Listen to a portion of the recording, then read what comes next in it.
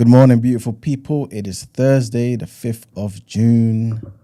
Welcome to TDA, the day after, your favorite news platform and the home of popular culture as defined by you guys. The culture that matters. And of course, like we are every blessed day, we are hosted by the very best. Brent, you in the building? Good morning. How art thou? That was do his finest. How art thou doing, Nev? I am blessed and highly flavored. Thank you very much. There we go. Especially this month, isn't it? Yes. This is a very, very joyous month. It is. Happy Pride Day. Very, very prideful month. I hope people are proud of themselves, you know what I'm saying? Yeah. Celebrate who you are. You know what I mean? I walk with confidence, man. 100%. Steven sent me a video yesterday. Okay. I don't know if you're talking low or... 1 2 1 2 1 2 1 2. Yeah, that's a bit better. I'm not going to play it. But Okay. I was reminded as to Steven's position during this particular month. Yeah, he's not ready. He's not ready. But, how can we make him more ready, man? No, it's impossible. Yeah? Yeah, it's impossible. Obviously, the extent at which... in fact, let me stop talking about this crap. I'm not even interested in this. Don't know why I started talking. I have a video to play you, right? Yes. I watched it this morning. Mm-hmm. And I was like, ooh, I'm in two minds here. I'm in two minds here. Actually, but turn up your mic a tiny bit, man. Hold up. Because I want to...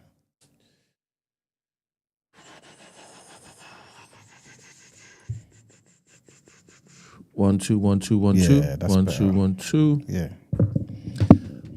All right, okay. I'm in two minds about this. And I want to hear your thoughts on this, right? Mm-hmm. I'm not going to play the entire video. I'm going to stop at a certain point. I'm going to play 1.5, so it's not too laborious. Mm-hmm. You heard to pop the balloon, right? Yes. All right, okay. They're saying they can't hear me. No, they must be able to hear you now. 1 2 1 2 1 2 1 2. Yeah, everything good, man. All right, okay. Let's see. Got our next single guy. Hello, welcome in. What's your name? My name is Lorenzo. Lorenzo, how old are you? I'm 28. And what do you do? I work as a surgical technologist.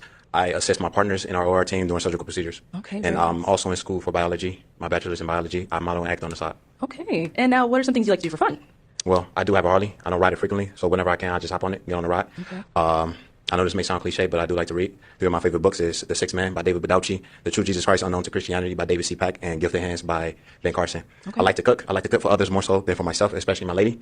I'm big on chess, critical thinker, so that go hand in hand. What else? I do like to travel. I like to capture images of vast scenery and landscapes. I do work out, but I wouldn't consider that as fun because it's just more so of a priority for me. Right, okay. Yeah, I like to go to the range as well whenever I can. Okay. Now, what do you look for in a woman? First and foremost, a woman that has a good relationship with God and Jesus Christ. Someone who has a purpose in their life. Good hygiene. I say good hygiene. What else? That's pretty much it. Okay. And now, what are some deal breakers? Infidelity. Infidelity is big for me. A manipulator.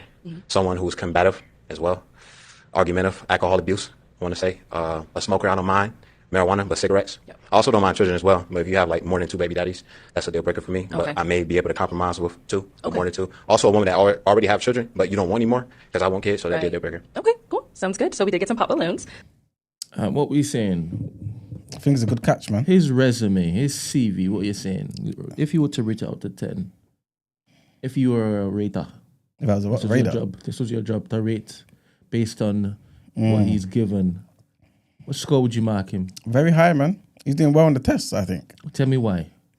Well presented, can articulate himself, sounds and looks very respectful, made clear what he likes. Even, in fact, I won't say that. He, I don't see anything negative. He seems like a well-rounded guy. Gym, but he ain't gonna lie to you and tell you I like doing it. But because of the discipline, what it gives him, he's willing to do it. I think that's something that's a skill that hopefully, I guess, you would see in other areas of life as well. So he's the type of person that'll compromise and do some crap that you like to do, that he don't give a damn about. but will be obviously something that will nourish you guys' relationship. Got a very good job. Seemed like a smart guy, man. Willing to compromise too. You know what I'm saying? Like, he wants kids of his own, so he's a family man too. And yeah, It says it's compromise. What do you mean? he seems like he's willing to meet you somewhere, innit?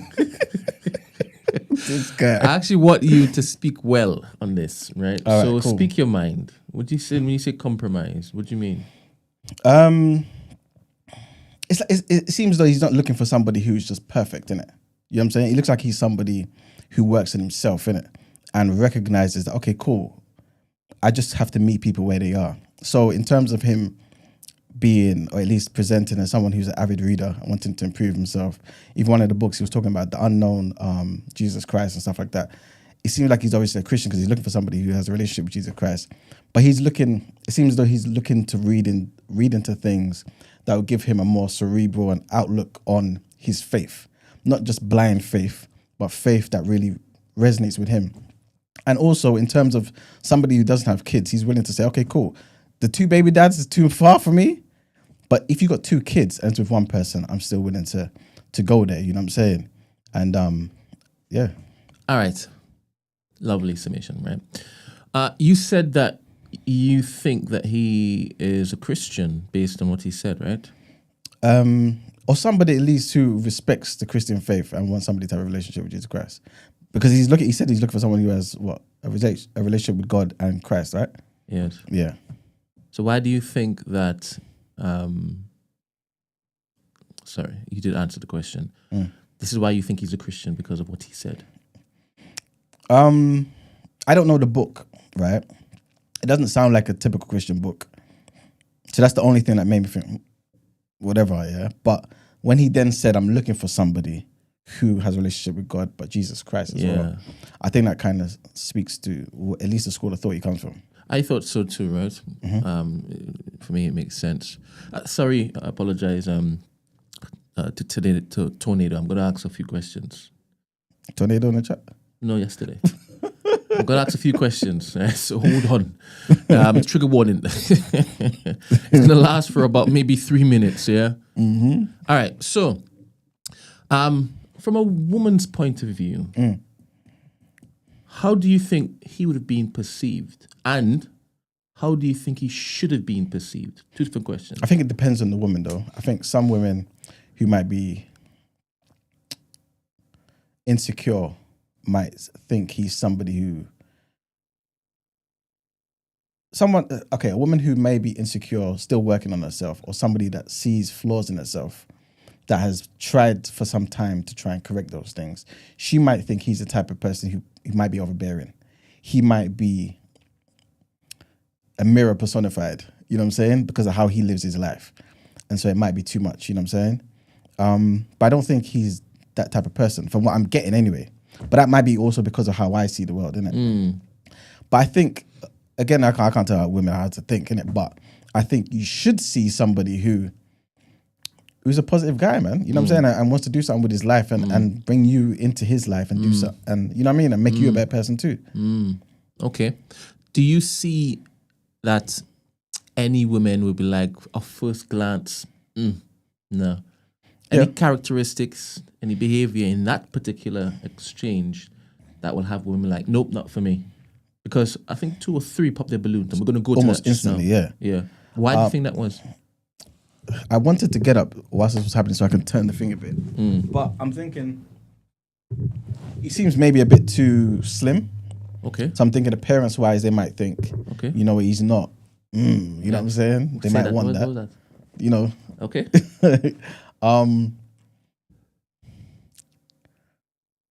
Maybe the glasses thing. Is he wearing glasses? I've just turned in it, but obviously it's not playing, so I can't. Was he wearing glasses? I think he was wearing glasses, or am I wrong? Yes. Yeah, he's wearing glasses. Okay, now I can see him a bit better. He may seem like a bit of a very what's the word that people used to use back in the day? Okay, the more polite word is a bit more studious, isn't it? A bit, you know what I mean? Like, what's the word? A neek. Yeah, not even a neek, but more like a bit nerdy, geeky, that sort of thing, innit? They may not like that sort of thingy, innit? And he's obviously relatively young, as in he'd be either late 20s or early 30s or whatever, but he dressed like somebody who's a bit older. You know what I'm saying? So that might not be an idea of fun for them in terms of him being able to. Yeah. You know what I'm saying? All right. I've done enough. I've got enough response from you. Let's continue, right? Cool. Argumentative, alcohol abuse. I want to say maybe be able to compromise with two, or more than two. I'm gonna look to play this a bit slower because it's important. Okay, cool. Also, a woman that already have children, but you don't want anymore because I want kids, so Right. they're bigger. Okay, cool. Sounds good. So we did get some pop balloons. Let's go on over there, see why they ended up popping. All right. Your name and age. My name's Yasmin. I'm 26. And Yasmin, why'd you end up popping your balloon?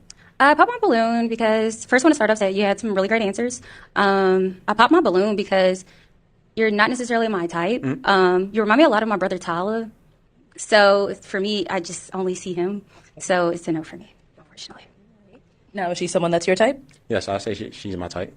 If the opportunity presents itself, I seize it. Okay. How do you like that response? I like the response. All right, still. let's continue. Let's go over here. Your name and age. I'm Kara. I'm 28. And Kara, why'd you end up popping your balloon? I really like your face. I think you just you're on the smaller side. I think that's the only reason. That's what I was thinking. Well, not my typical type, but I like your face though. Really handsome. Thank you. No, is she someone that's your type? I want to say yes. Thank you. Let's go. How do you like that response? Yeah, it was just a calm response. All right, let's It was a calm continue. response. Over here. Your name and age. Hi, my name is Holly and I'm 28. Holly, why'd you end up popping your balloon? I first want to say that I think you are so handsome. I think your eyes are so pretty and you have Thank you. really high cheekbones. I think the only reason why I popped my balloon is because I would consider myself a bit more spiritual. I do believe in God, but I like to have my own relationship with him that doesn't have like the outside forces interfering with that relationship. I kind of like just to have it between me and God. And so I think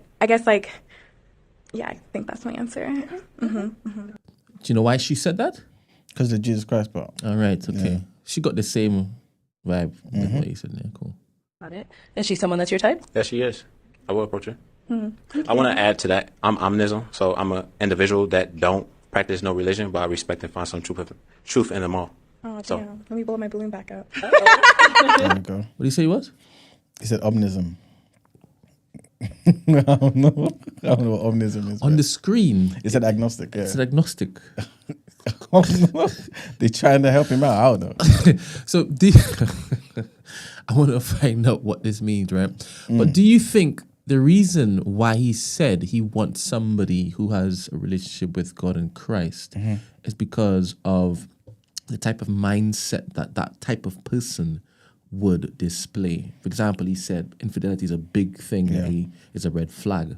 So he may think if you have a relationship with Christ, then you're less likely to come and cheat on me. Yeah, I think so. Yeah. So Is somebody that a who has proper some deduction? I believe so. Yeah, I believe so. Okay, all right. This will add my thoughts. I mean, do you want your balloon back now that he explained that? Yeah, I'll take my balloon back. Okay, let's get that balloon back. Oop, there you go. Do you think that I mean, do you want your balloon back now that he explained that? Yeah, I'll take my balloon back. Okay, let's get that balloon back. do you think this is a crap? Do I think so? This is a crap. Missed one. Mm, Or just not really. just I think- observing the yeah, conversation. just observing. all right, okay. Oop, there you go. Straight to you. All right, we'll be back. Let's go on over here. Your name and age. Angelica, 32. Okay, Angelica, why'd you end up popping your balloon? Mostly height, and I think you're very handsome. I love that you mentioned Jesus Christ and God and your religion. I see you as like a brother in Christ because I love Jesus as well. So, yeah. I want to thank you. Yeah, I like this. I wanna, you know what I'm saying? How'd you like that response? I like this, man. Yeah? I want to respond by saying, yeah. All right. Okay. Is she someone that's your type? Yes, she is. I want to say everyone is. No, every woman is mine. I like this guy. Come on. Oh, gosh. You like that response? Yeah, I like this All response, right. man. Lineup is a nice selection. A nice selection. So our last lady here, your name and age. My name is Jayla. I'm 27. Okay. And Jayla, why'd you end up popping your balloon? I think you're really handsome. I love your answers. I think you're very well put together, and I like your outfit. I just don't think the physical attraction was there. I see you more like as a platonic friend or something. Thank you. All right. Oh, did you want to add? Yeah, okay, because you were kept saying the same thing, so I was like, let me not even bother asking. Go ahead. What's the definition of that word? Platonic? Yes. Okay. Yes. So I technically, don't know. it means you could be either romantically or involved as a friend. But yeah, I'd see you more as a friend. So maybe not platonic, but definitely a friend or a brother. Yeah. Okay. Good. All right, let's head on back. All right, so we have 4 balloons left unpopped. So I am going to have you ask our remaining ladies a question. What are you ladies' values, core values? Okay, your name and age first, and what are your core values? My name is Mecca. I'm 26 years old. I think that my core values are God. I really enjoy studying theology, so I'm really passionate about that. I am very passionate about giving back to my community. I went to Howard University, so service is like a huge part of their mission. Family, I'm very family oriented. I have a lot of siblings, and so I just kind of like having that noise in the house. Yeah, I'll leave it there. Okay, Any kids? thank you. Over here, your name and age, and what are your core values? Carrie, I'm 26. My core values, I would say I'm very huge on authenticity, individuality, honesty, and just a seeker of life, of love, and just being inquisitive. All right. Yeah. Name and age, and what are your core values? My name is Holly, and I'm 28. I would say my core values would have to be just self-awareness. I think self-awareness is a huge one. Fitness, I like working out. Just always just kind of showing up and being like the best version of yourself. And yeah, just like friends and family, kind of just being there for them in times of need. All right, that's the end of the clip, right? Yeah. So, what's your assessment of this man? Based on how it is he communicated with these babes. He's a confident man. He's a confident man. That's the vibe you get. Yeah. Continue. As in, he's a confident man in his workplace? I think he's a confident man in life, innit? Like, he knows what he is, innit? And he's cool with that. You know what I'm saying? Like, Yeah. I'm not trying to be this or that. He doesn't seem to be somebody who's trying to fit somebody's mold, innit? Yeah. Otherwise, he wouldn't come respectfully, dressed like that. And you know what I mean? Like, he doesn't look like the typical person that's his age sort of group, innit? Okay. Even his profession, the things he does, like, some of the pop balloons that I've seen, yeah, if you hear how they respond, just in terms of your likes, your hobbies and things, it's nowhere near as extensive as what this guy just said. You know what I'm saying? This guy knows what he wants. He came here on a mission, you know what I'm saying? And he looks like, okay, cool.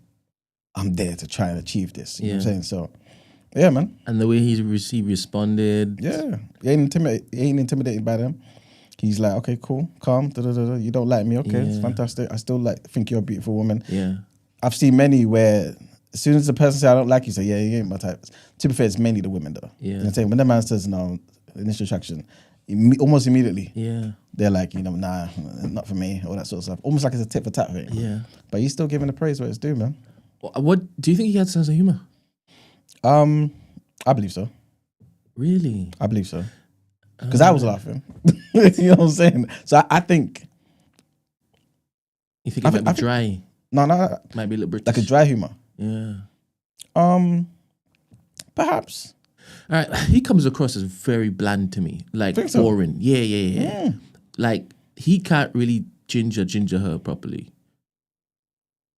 I don't know about that, you know? Whoever he's in front of. You understand? Yeah. Like, 100% on his CV. He's got a job. He's got hobbies. He can cook. He said he likes to cook for others.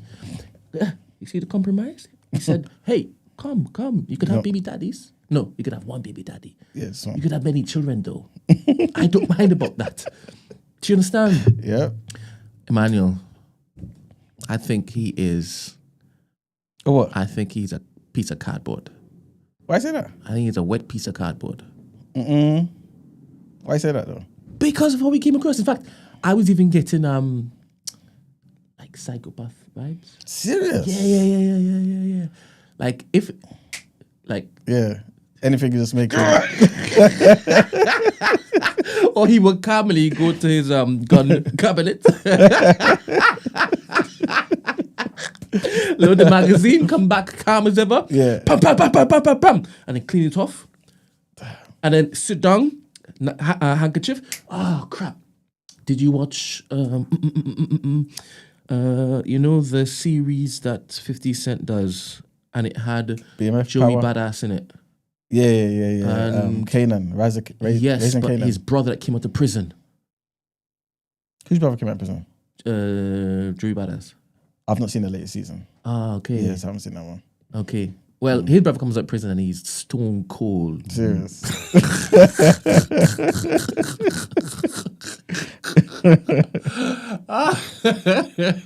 I don't know how interesting this particular guy would be on a date with a woman.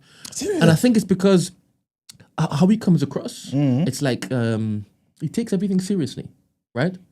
Now, he might learn a joke and trial it. But go back to the beginning, please. Go back to his hobbies and stuff. When he's introducing himself. Let's do that. And bear in mind, I could be absolutely wrong. It's just the vibe I get from his responses and whatnot. Because on paper, like, this guy is fantastic. Yeah. But he's here, right? And he said, infidelity is a big no-no for me.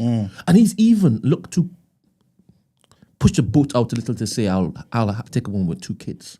So it's as though he's tried a few, but wherever it is he's trying, it's not working. Yeah. so let me be the one to compromise, even though on paper I got everything, right? So he's smart enough to know where he is deficient in, right? Okay. He did say he goes to the gym, but this is just, look, I need to remain healthy. Yeah. That's why I go to the gym. Yeah. And I'm an omnist.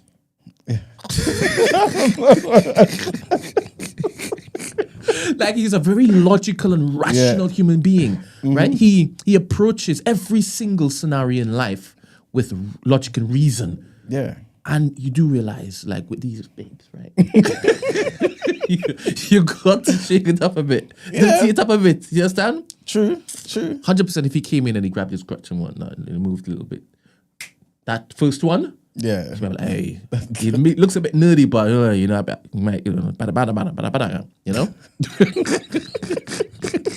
Let me read it. Hey, let's bring out our next single guy. Hello, welcome in. What's your name? God, my name is Lorenzo. But I think that's just because of how his pants and his belt and his thing sits in it.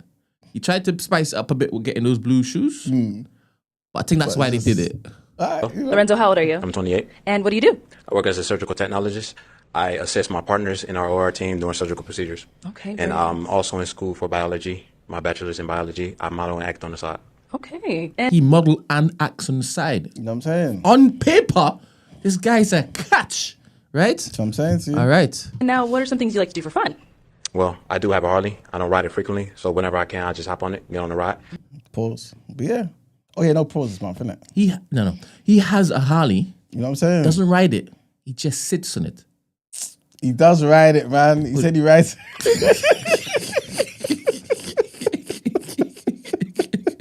The thing is, he saw this. I don't know if he saw Sons of Anarchy, and he's like, "Oh, I like a bit of that, right?" So we purchase a Harley because I can, right? And we keep it there. I don't ride it too much, but I just sit on it.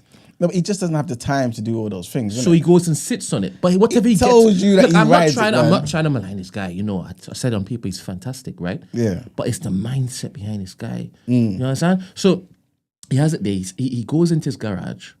He doesn't. Well, he may open up the garage door. He might even put on his entire kit, right? The levers and that. And he sits on it. Yeah. And then he told the public that this is what he does. Do you understand? So he's honest. His brain, like I say, is like, I don't know what you call it, but some sort of neurodivergence where it is that you're just brutally honest, right? And you see things rationally, logically, and you look to communicate that. But you have a little trouble looking to connect with, you know... Let's go. It might just be me. Okay. I know this may sound cliche, but I do like to read. Three of my favorite books is The Sixth Man by David Badauchi, The True Jesus Christ Unknown to Christianity by David C. Pack, and Gifted Hands by Ben Carson. Okay. I like to cook. I like to cook for others more so than for myself, especially my lady. I'm big on chess, critical thinker, so that go hand in hand. What else? I do like to travel. You know, I like to capture images of vast scenery and landscapes. I do work out, but I wouldn't consider that as fun because it's just more so of a priority for me. Right. And Okay. Yeah, I like to go to the range as well whenever I can. Okay. Now, Oh, we he's a look. gunman too, yeah? Gunman too! All right, then. Gunman too! Do you understand? That guy has everything. Pretty much. For a woman. First and foremost, a woman that has a good relationship with God and Jesus Christ, someone who has a purpose in their life. Good hygiene. I say good hygiene. What else? Yo, this is fantastic. Like what he is saying, there shouldn't be these loud pops in the background, right? But I could understand why, because obviously we live in a broken world, right? Some women don't know what's good for them, That's a fact. right? They just go off the back of, I've seen what he's wearing, ick, right? And that's a pop, pop, pop, pop, pop, right? Fair enough. Women are allowed to have whatever standards they set for themselves. They're allowed to be attracted to whatever they're attracted to, because there's no way she could be sitting on the back of that particular Harley dry. She don't want to be dry. She wants to be wet. When he sat there and he's looking out through that particular door without putting the engine on, she don't want to be dry. Do you understand? Yeah. What did he do after he finished it? When did he decide to get off and go back in? But the man takes it out, but He said sometimes he just sits on it. he didn't say that, man. What did he say? He said he climbs on the back and then he goes for a ride. He drives it, man. That's what he said. That's what he said. He did. This guy, he never said, I just sit there in my house. You know what I mean? Put on the levers and just sit there. Hold up. Critical thinker. So my favorite books is I do have a Harley. I don't ride it frequently, so whenever I can, I just hop on it, get on the ride. I know this may sound cliche, but I do like to read. Three of my favorite books is The Six Men. You know, that's crazy. What? He said exactly what you said.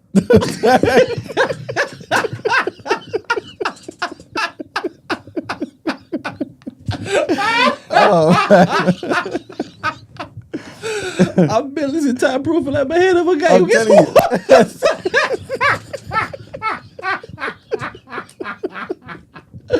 This is what men say women do all the time. All the time. And then the man looking at, what did you hear? This is what I felt.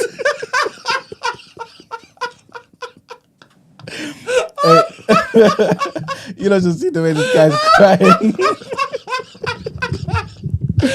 All about I'm thinking, man. why is this guy just going outside, right? And sitting down. And then deciding when enough time is enough, then he go back inside. It's like, who does that? Someone who can kill. Hey, but the thing cut off, you know, the Oh man. Discord thing. 1 second. Why are you Hold fixing up. that? Give us 1 second, people. 1 second, people.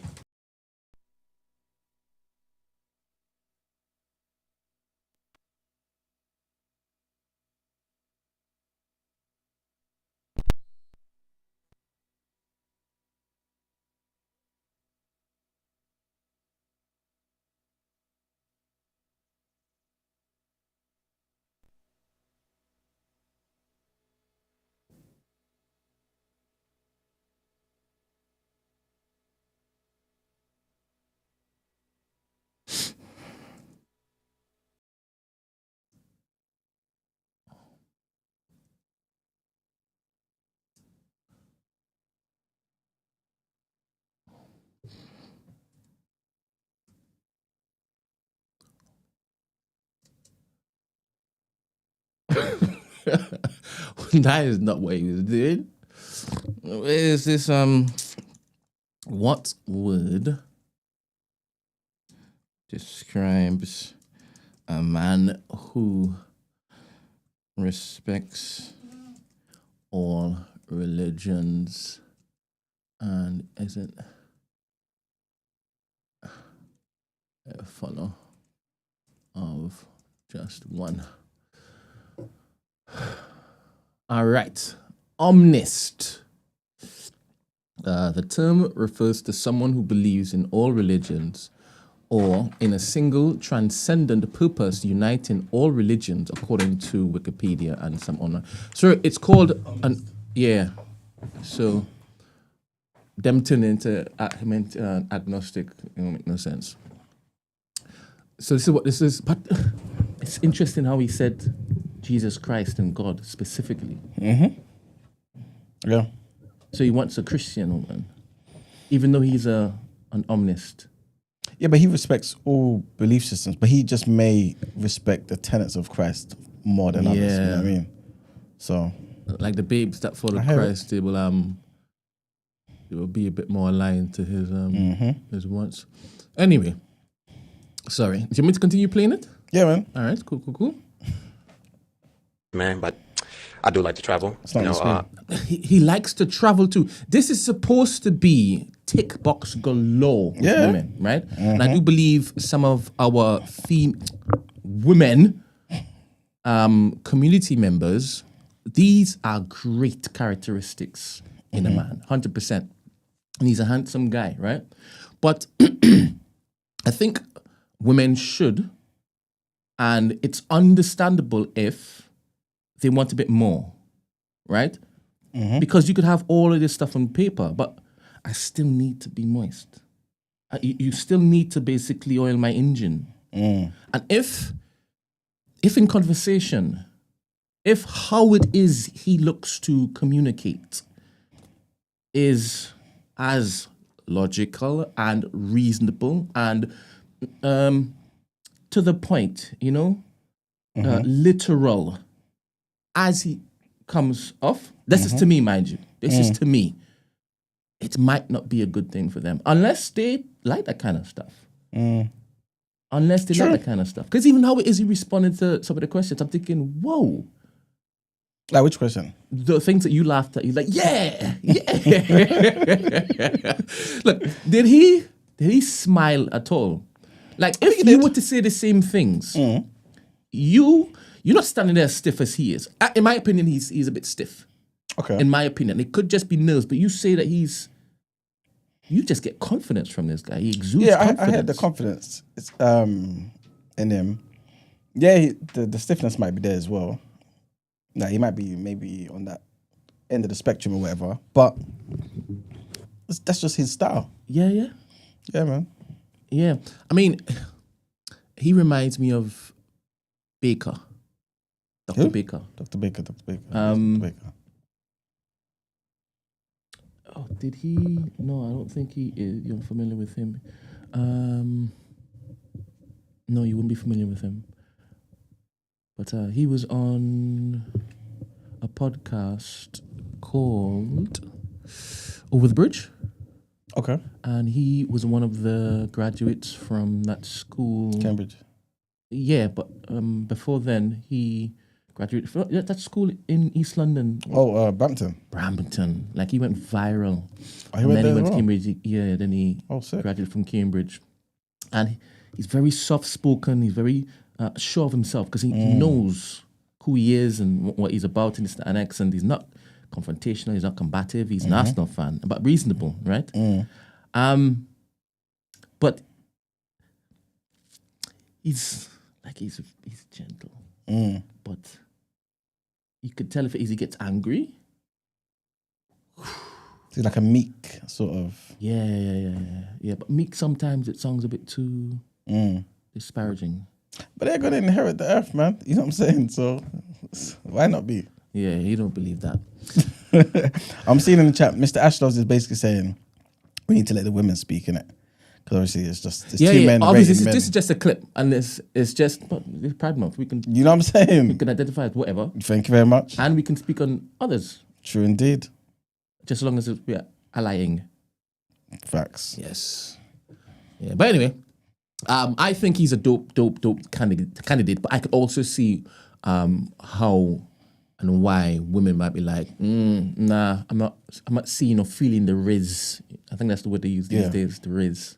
But I think, not to be bad, but I feel like you can find a reason for why a woman wouldn't like any man, though. For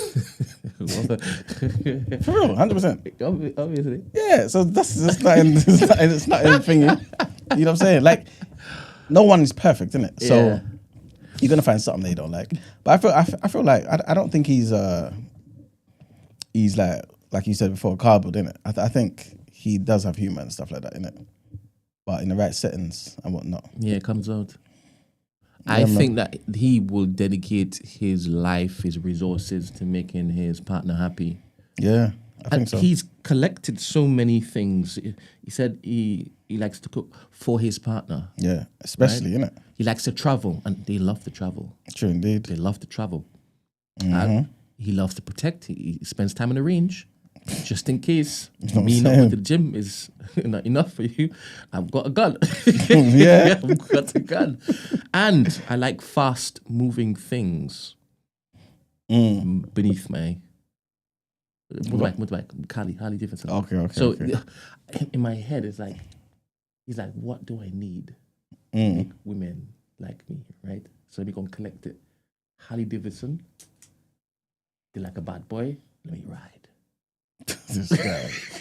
I just think he's the type of guy who's interested in those things. Because he don't look like he's a, let me not say a regular guy. He's obviously a regular guy, but he's not like, he don't strike me as the type of person, the typical stereotypical black guy from inner city places. You know what I'm saying? Like, he's maybe had different experiences in life. Maybe in primary school or growing up in secondary school, he was maybe exposed to different, you know what I'm saying, different activities, different things, you know what I'm saying? Maybe in his reading pursuits and things of that nature, he's you know what I'm saying? Like, his mind's open to other things. That's why he has a Harley Davidson, man. You know what I'm saying? That's why he has interest in that and interest in this. You know what I'm saying? Do you know how beautiful it is for him to have so many good things going for him? Like, so many, and still say, I'm willing to meet a woman where she is. Yeah, for real. That's why I say he's a good guy. Very. Yeah, big him up, man. Very, very, very. I think he just recognizes he ain't perfect in it. No one's perfect in it. And there's certain things I can compromise with and it still be something that's favorable for me. And I can still be who, you know, you need me to be, sort of thing. Yeah. And so for him to say, everybody on this panel, I'll go for. Yeah. Like, why not? No, but they all look good, you know what I'm saying? So, can I ask everybody a question? Men and women alike, right? Sorry, Tornado, I apologize. I did say I was going to go for 2 or 3 minutes, but please, just give me a little grace. If there are 10 people lined up of the opposite sex, or the same sex, doesn't matter what your preference is, right? Cool. And they all have different looks completely. Different. They're different hues, shades, and whatnot. And the guy or girl, they or them, come to say, yeah, everybody here, I move to. Is that something that would ginger you? Different shades, though. Not different races. Different shades. I'm not asking you personally, right? And then jump into somebody else. For you, that would be a no-no because you would want the black woman to only like black men. Yeah, but when you're saying shades, are you saying shades of black? Or are you talking about shades of the world? Shades of the world. I'm just talking about the variety on display. There's no one common theme amongst all of them. You could have just grabbed any 10 and put them there, right? And the guy or girl says, yeah, all of them I'd move to. I mean, yeah. Yeah. If it's definitely taking like a mix of everybody in the world and whatnot, just randoms, put it all together, then I'll be like, okay, what's going on there? So, yeah. Is that because of your how it is that you so. move because of your whole black thing? Potentially, but also I think it means you don't care about anything that you see there. Precisely. There's nothing. Yeah. You have nice eyes. Okay. Exactly. You know what I mean? Your eyes kind of look kind and no. I mean, I just want a warm body. Basically. Maybe the reason as to why is I built my profile that he could be a serial killer, right? It's because of these things, right? For him to say, yeah, all of them, if given opportunity, I'll move to you. I'm thinking, whoa. Is it because I'm doing too much? What do you mean? Should that alarm anybody? What he said, basically. If you're in the line, yeah, you look to your left and you look to your right. Yeah. Different heights, right? Builds, right? Dress sense, right? Accents, intellect. You've perceived all of this. Yeah. And the girl looks across and said, yeah, I'll take anyone. Yeah, then that would be problematic. Explain the problematic nature of it, because some people might say this is what humanity should be like. No, and yours say it is problematic. Go. Because like you said, it's almost like you don't really care for anything. You're just looking for, like you said, a warm body. Like there's nothing that really, yeah. Like in my head, I feel as though either he genuinely means it because they're all attractive women, or he just wants to be polite. There's no need to tell somebody they're not attractive on a show. Why do it? You know what I'm saying? Even if like there's a hierarchy in your head, give them all flowers, man. You know what I'm saying? Like, and I think that's a respectable thing to do. But if it's genuine, like, yo, all these people look mad different, and you like them all the same, you don't mind, then come on now, what are we doing there? I'd rather, you know what I mean? I mean, I just found the clip fascinating because when he started talking, when he walked in, I'm like, this is a handsome guy. Yes, he's dressed neatly, right? But in my head, I'm thinking some women are not going to like that. They're going to just perceive him to be sneaky or nerdy and stand next to him like, right, no. So let me just hear what he says. And he's saying he's this. I'm thinking, whoa, this guy literally knows what he wants, right? He's able to provide. And then I hear he's willing to basically meet women where they are, right? He's also, upon meeting them where they are, he's bringing food and enjoying bringing food. This is it. Do you understand? And he has hobbies. And he likes to travel. This is a wonderful guy. He is, you know. And I'm thinking, why are you on here, right? And why is it I'm seeing in the comments, this guy is so boring? Like, guys, this guy has nothing going for him but everything that women should want. Yeah. But, you know, you can't choose for people, innit? Like, they have to go with what they prefer and see where it gets them. I'm going to watch the entire thing. I'm going to try and find it. I'm going to see if my theory is correct. My theory is that there's a little divergence in there. Is it what? Oh, is it? You think so? In my head. Yeah. It's only because of how he's coming across. Yeah. So Nikki in the chat says, I would pop because he's too slim. That's what I was saying initially, innit? Yeah. You know what I'm saying? Like, they might just not like the build and stuff like this. Finan says, don't you find different people attractive? I think that's in response to us saying if the whole lineup was from all sorts of stuff in it. Yeah, but imagine, so what, Finan, say you're there, yeah, you come on the show and these are people from all walks of life, literally one person from each, I don't know, continent, you know what I'm saying? Plus a sprinkle of the islands from all over the world, right? Everyone's so different. No, but he could be saying all of them could be beautiful. This is what I'm saying to you. So, like, if they are all beautiful, then fantastic, yeah. No, but the common thread, the common theme is that they're beautiful. Yeah. So that's fine. I could see how that makes sense. Yes, it does. Yeah, true. Because if you put the whole Benetton's ad in front of Margs, just as long as they have bum, he's going for it. Do you understand? I hear it. But I'm not talking about that. I'm talking about like summer. Yeah. Some are not, you know? Some are loud, some are, you know? All sorts of... Yeah, yep. Yep. It's funny you brought up this whole pop the balloon thing. I put a clip in there, but it's a YouTube clip though, that's the thing. And I don't mind. I'll just take out the copyright afterwards. I'm not too sure if the people have seen it or if you've seen it already. But it when doesn't matter. I This watched is it... our platform. Sorry, Tornado. You go Tornado's learn. in the chat now. You go learn. But what I was going to say is, I was saddened, man. By the clip? Yeah, I was. Do I really was. we need context? No, you can see it and then, you know what I mean? I was saddened, man. So we're not going to see the clip? Oh, you can see it. Oh. Yeah, you can Where see is it it? all. It's in the in the doc. In the intro part.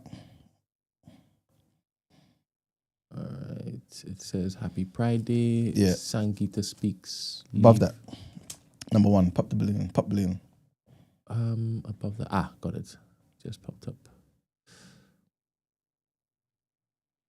Okay. Let's see. Yeah, I'm not too sure where it starts, but yeah. Sometimes when you watch these clips, do you kind of place yourself in the mix? And then judge the women or men's responses? Maybe for a split second, yeah. Isn't it a fantastic social experiment, this game? Yeah, it is. And you see the feelings of society playing out. Oh man. Yeah. I'm for Christ. Okay, so I'm Christian too. Okay. But I mean, like in terms of energy, so like I'm very masculine. I'm in my masculine energy, and I need the polarity. So I need the feminine energy. So it's like the plus and the minus. And if you don't have that, That's true. that minus, then we just gonna be two magnets not working. That's true. Yes. I mean, I agree. Can I ask questions? Like, I mean, is he someone that's your type? yeah, I think he's attractive, and I just have a lot more questions. I mean, like, how Christian are you? Very Christian. Very Christian. Like, what does that mean? Man, I talk to God every day. I do need to go to church, but I believe in the Most High. Okay. Read my Bible, pray every day. So yeah. Okay. Why don't you go to church? Okay. Is this leading to you getting your balloon back? Is it leading to you getting your balloon back, Yes, or are you just... Yes, I'll say I'll get it back. Yeah. Okay, let's get the balloon back. Oh, there we go. Okay, we'll be back then. Let's head on back this way. Okay, so we still do have quite a lot of ladies with their balloon left. Oh, okay, let's go down over there. All right, your name and age, and why did you end up popping your balloon? My name is Anita. I'm 37. I was trying to hear him out. I know you said you've been on the show before, and I don't know that I felt like a red flag, but I don't think there's like an attraction between us. She said because he's been on the show before, it's a red flag. She said it seemed like it, but then she said, I'm not too sure if that's a red flag, but the main thing is I don't think there's an attraction between us. Okay. Yeah. You see how I have to ask questions? Because I'll hear something. I was like, this is what she said. I don't know that I felt like a red flag, but I don't. Just that. Yeah. Do you understand why I could? Yeah, of course. Get what? Okay, right. And I don't know that I felt like a red flag, but I don't think there's like an attraction between us. Okay. Okay. No, she's someone that's your type? Yeah. She's my type. Definitely, I like her skin tone. I like dark skinned women. She's beautiful. Come you know on. what I mean? And I like the fact that you got braids. Like you embracing your yeah. Oh, I'm shocked, and I didn't think you were attracted. Why are you shocked? I don't know. I didn't think. Thank you, Ben. You know what I'm saying? So she jumped before she was pushed? Basically. But he was never going to push her. He's going to call her. You know what I'm saying? Damn shame. I was saddened, man. I didn't think I was his type. I should think that, but... Yeah, nah, you're very beautiful. I like your skin tone again, and you got gorgeous almond eyes, and yeah. Okay. So are you still leaving your balloon unpopped? Is he someone that is your type? He's attractive. I just didn't think I was his type. Why are you eliminating yourself? You want the balloon back? Yeah. Okay. Aww. Life, innit? Let's get that balloon back. Look at them, they're vexed. She played the black card. There we go. Okay, we'll be back. Let's head on this way. All right, Josh, I'm going to hand you a pick now. Oh, okay. There you go. Okay. And I'm going to have you pop. How many of them are there? Let's do 2 balloons. I know, I'm sorry. It's tough. Oh, you got beautiful. They are beautiful. But you got to pop 2. Wow. All right. Yeah, man. You see what I'm saying? I wonder what about him gave her the vibe that he don't like dark-skinned black women. I don't know. Maybe, I don't know. But he displayed that whole stuff that S doesn't like, where he compliments the skin and stuff. Yeah. So it kind of leans or borders on like the shies and stuff. Maybe that was it. He's not. I mean, obviously everyone have different opinions on that, innit? But I don't think he's fetishizing her at all. In fact, she heard the information, was happy. You know what I'm saying? I was like, wow, okay, cool, give me my balloon back. I just didn't think this would be the case. I thought he's one of these guys who basically, she's basically saying, I don't think he likes dark-skinned women. he just likes women that's, you know, maybe Instagram-y sort of thing. This, you know what I mean? Like more, whatever, everything she's not basically. Or at least what she perceived herself as not being. And it was a damn shame, man. It was a damn shame. So yeah, that's all I was going to say. It's a damn shame. Sigh. Anyway, I will I'll feedback on the previous video and let you guys know, like, if my theory is correct or not. We shall see. All right. Before we move on to headlines, bro, Yeah. there was something that I wanted to speak about early in the week, actually. And it's about Sangita Myska. She used to be on LBC. Yeah. Big up Goddess, he sent this to me. I saw a clip of this, but then he sent me something as well. And basically he was bigging up TMB, man. He was basically saying this is the reason why we're different, you know what I mean? Because Goddess is always bigging up TNB. you know what I mean? Big up Goddess. He's a man of action, man. He's True indeed. He's not a waffler. Do you think Jim sent me a message? Absolutely not. Absolutely not.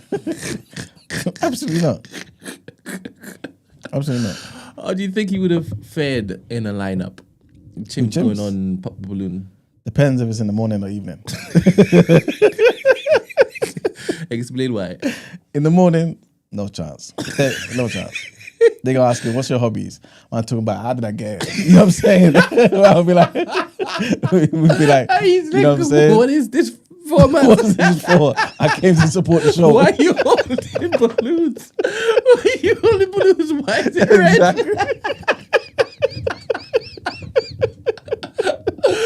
Oh my gosh! I packed my car. I walked in and you handed me a microphone And a pin. Oh man, big up James, man. Oh my goodness! Why did you not think he was going to basically message me? Nah, I just knew, man. Why like, though? I immediately that Why did he give you that conversation- vibe though? It's not even like him as a person, you know. I just feel like certain times, certain days, maybe he's just not there, innit? You know what I mean? He's a qualified, isn't it, lawyer? Yeah, that's what I'm saying to you. So I think on those days where he's serious, he's serious.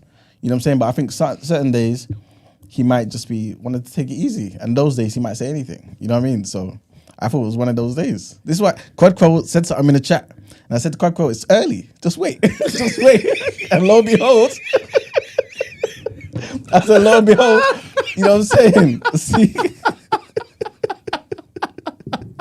So you know, I have faith in Chim's, man. Yeah, same. Because Hump Day was just yesterday. That's the middle of the week. He's still got a few days left I guess to be able to hit me up and buck me on the weekend. True indeed. You understand? True indeed. I still hold hope for this young man. Yeah.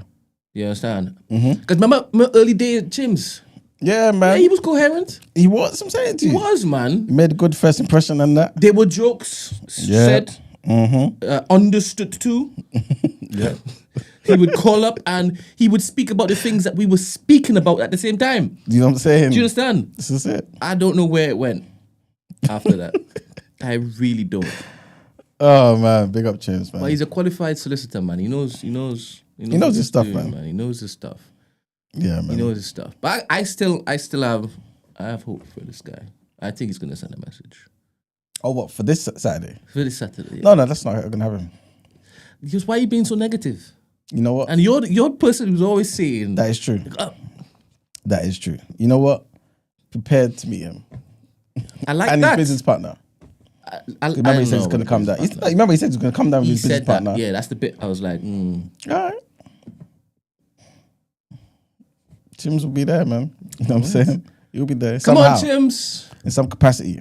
Come on, Chims. Anyway, But yes, Sangita. I mentioned on the show, I think when it did happen, after basically it happened, the aftermath of it. Long story short, essentially what happened was Sangita Myska, she's a host on LBC. She had her own show doing her thing. She got into a back and forth with somebody from the Israel government, basically, a representative of the Israelis and what they're doing over there. And she was really putting the pressure on him, you know what I'm saying? As a journalist should do, right? Especially when they believe that person is representing a terrible regime. She gets fired, right? Essentially, her show is no more shortly after that. In fact, I think that was her last appearance. I could be wrong. But basically, maybe by the end of the week, she was out of there.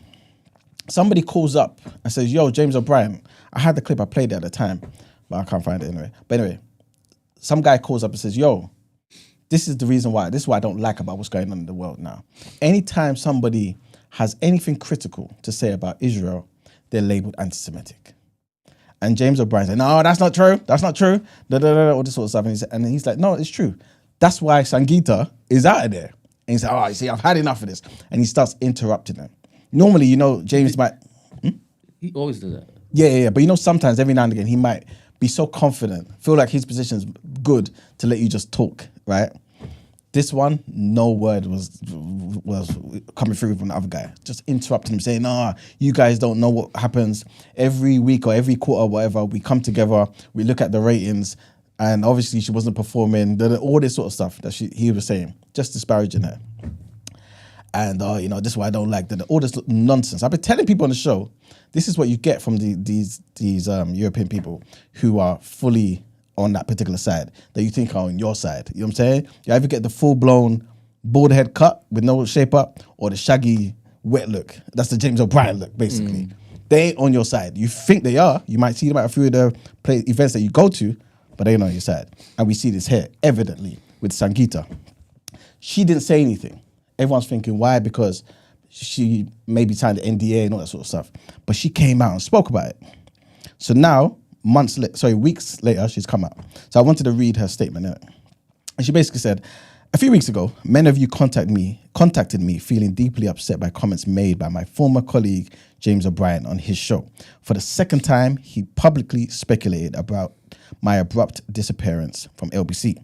I wish to make it clear that there are extremely onerous and lasting contractual restrictions that prevent me from discussing the circumstances surrounding my departure.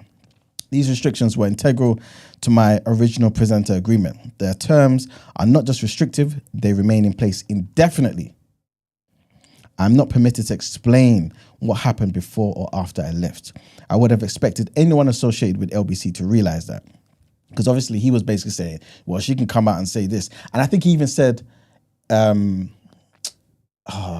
he basically was even kind of insulting her, disparaging her for not coming out to clarify that it's nothing to do with XYZ, isn't it?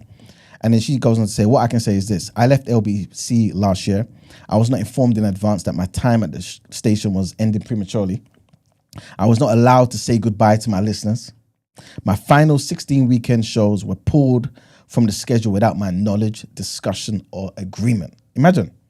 He's out there just lying to the people, yeah?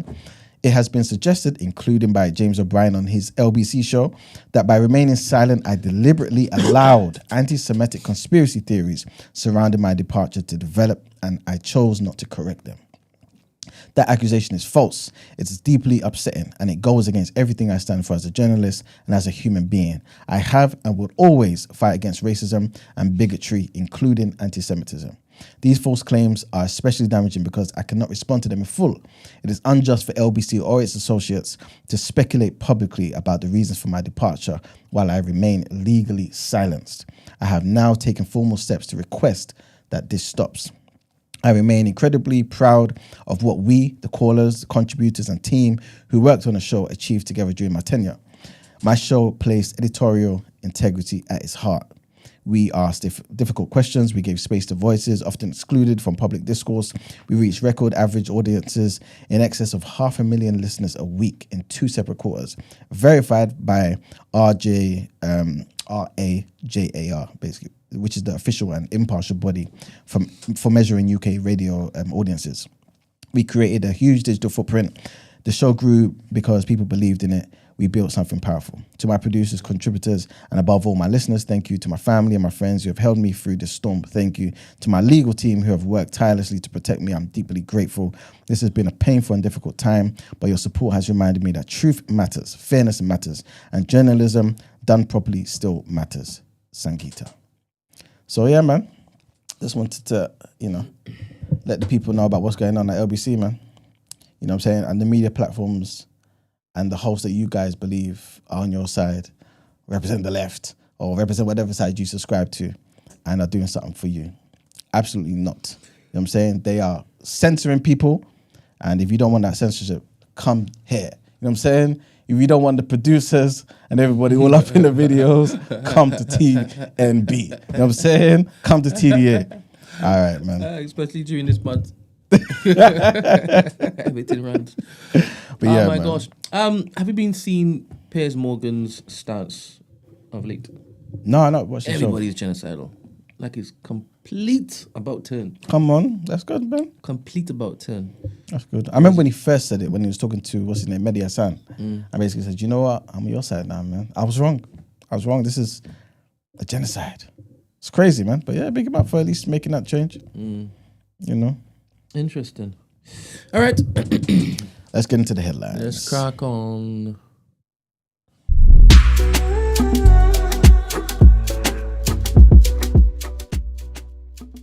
Friend, do you have an asking? No. Okay, cool. All right, people. So our first set of headlines: winter fuel payments will not be reinstated for all pensioners, a minister said in a blow to millions of people across the country. It came as Rachel Reeves confirmed an unexpected U-turn, on the controversial cuts would be in place for this winter, but said that the government would not set out details of how it would pay for it until the autumn budget. So Keir Starmer last month announced his intention to give more people access to winter fuel payments, just months after Labour made the previously universal payment means tested. But there has been growing confusion over what these changes look like, who they will affect, and when they will be introduced. On Wednesday, Pensions Minister Torsten Bell confirmed there was no prospect of returning to a universal winter fuel payment for all. Trigger warning, guys, on this next one. Gaza has become worse than hell on earth. This is what the president of the Red Cross has warned as aid distribution centers in the territory closed for a day on Wednesday. The controversial US-backed Gaza Humanitarian Foundation, GHF, announced late on Tuesday night that it was temporarily shutting down operations in the Strip after dozens of Palestinians were killed attempting to access its distribution centers.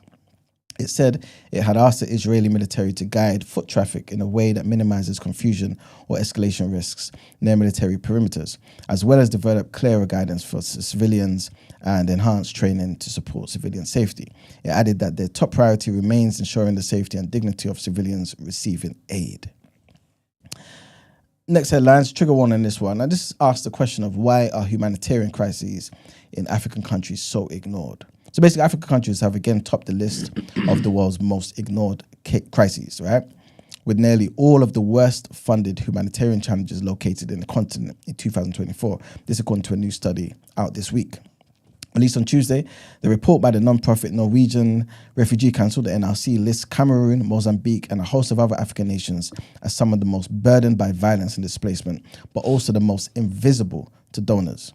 The news comes as the United States, formerly the world's biggest aid provider, massively cut development funding this year. Aid agencies received only half of what they needed in 2024, and experts say further shrinking aid will likely make 2025 even more bleak for people in need.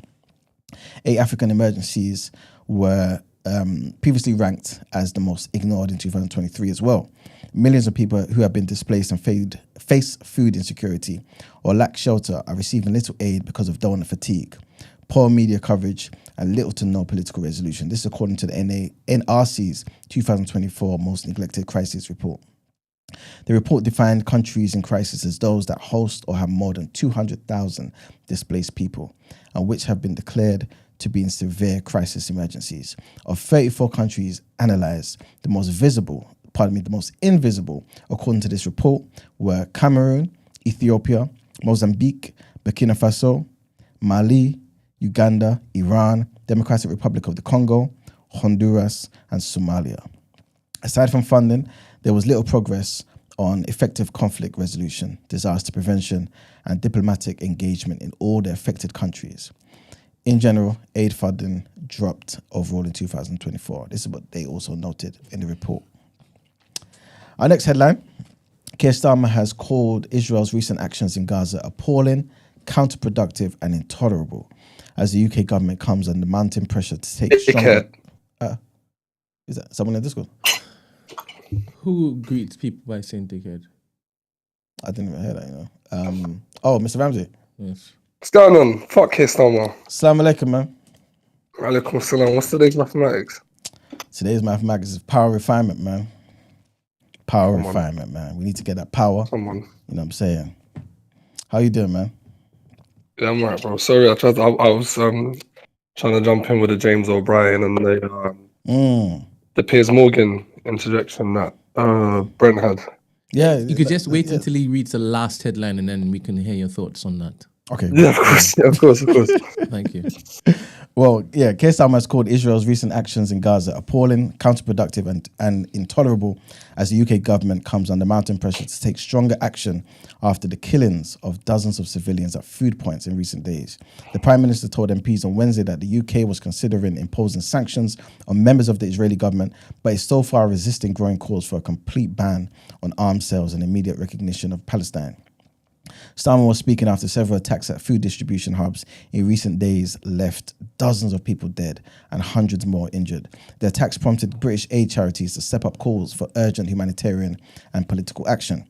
With protests taking place outside the Commons and growing unease from MPs inside it, Keir Starmer said Israel's recent action is appalling and, in my view, counterproductive and intolerable. He also added, "We will keep looking at further action along with our allies, including sanctions, but let me be absolutely clear. We need to get back to a ceasefire. We need the hostages who have been held for a very long time to be released, and we desperately need more aid at speed and at volume into Gaza because it is appalling and intolerable." Damn shame. But yes, Ramsey, talk to us, man. That's what I'm saying. He's a dickhead. When David Lammy said they were going to impose arms sanctions and then it turned out they never did anything, it's all just talk. He's never going to do anything.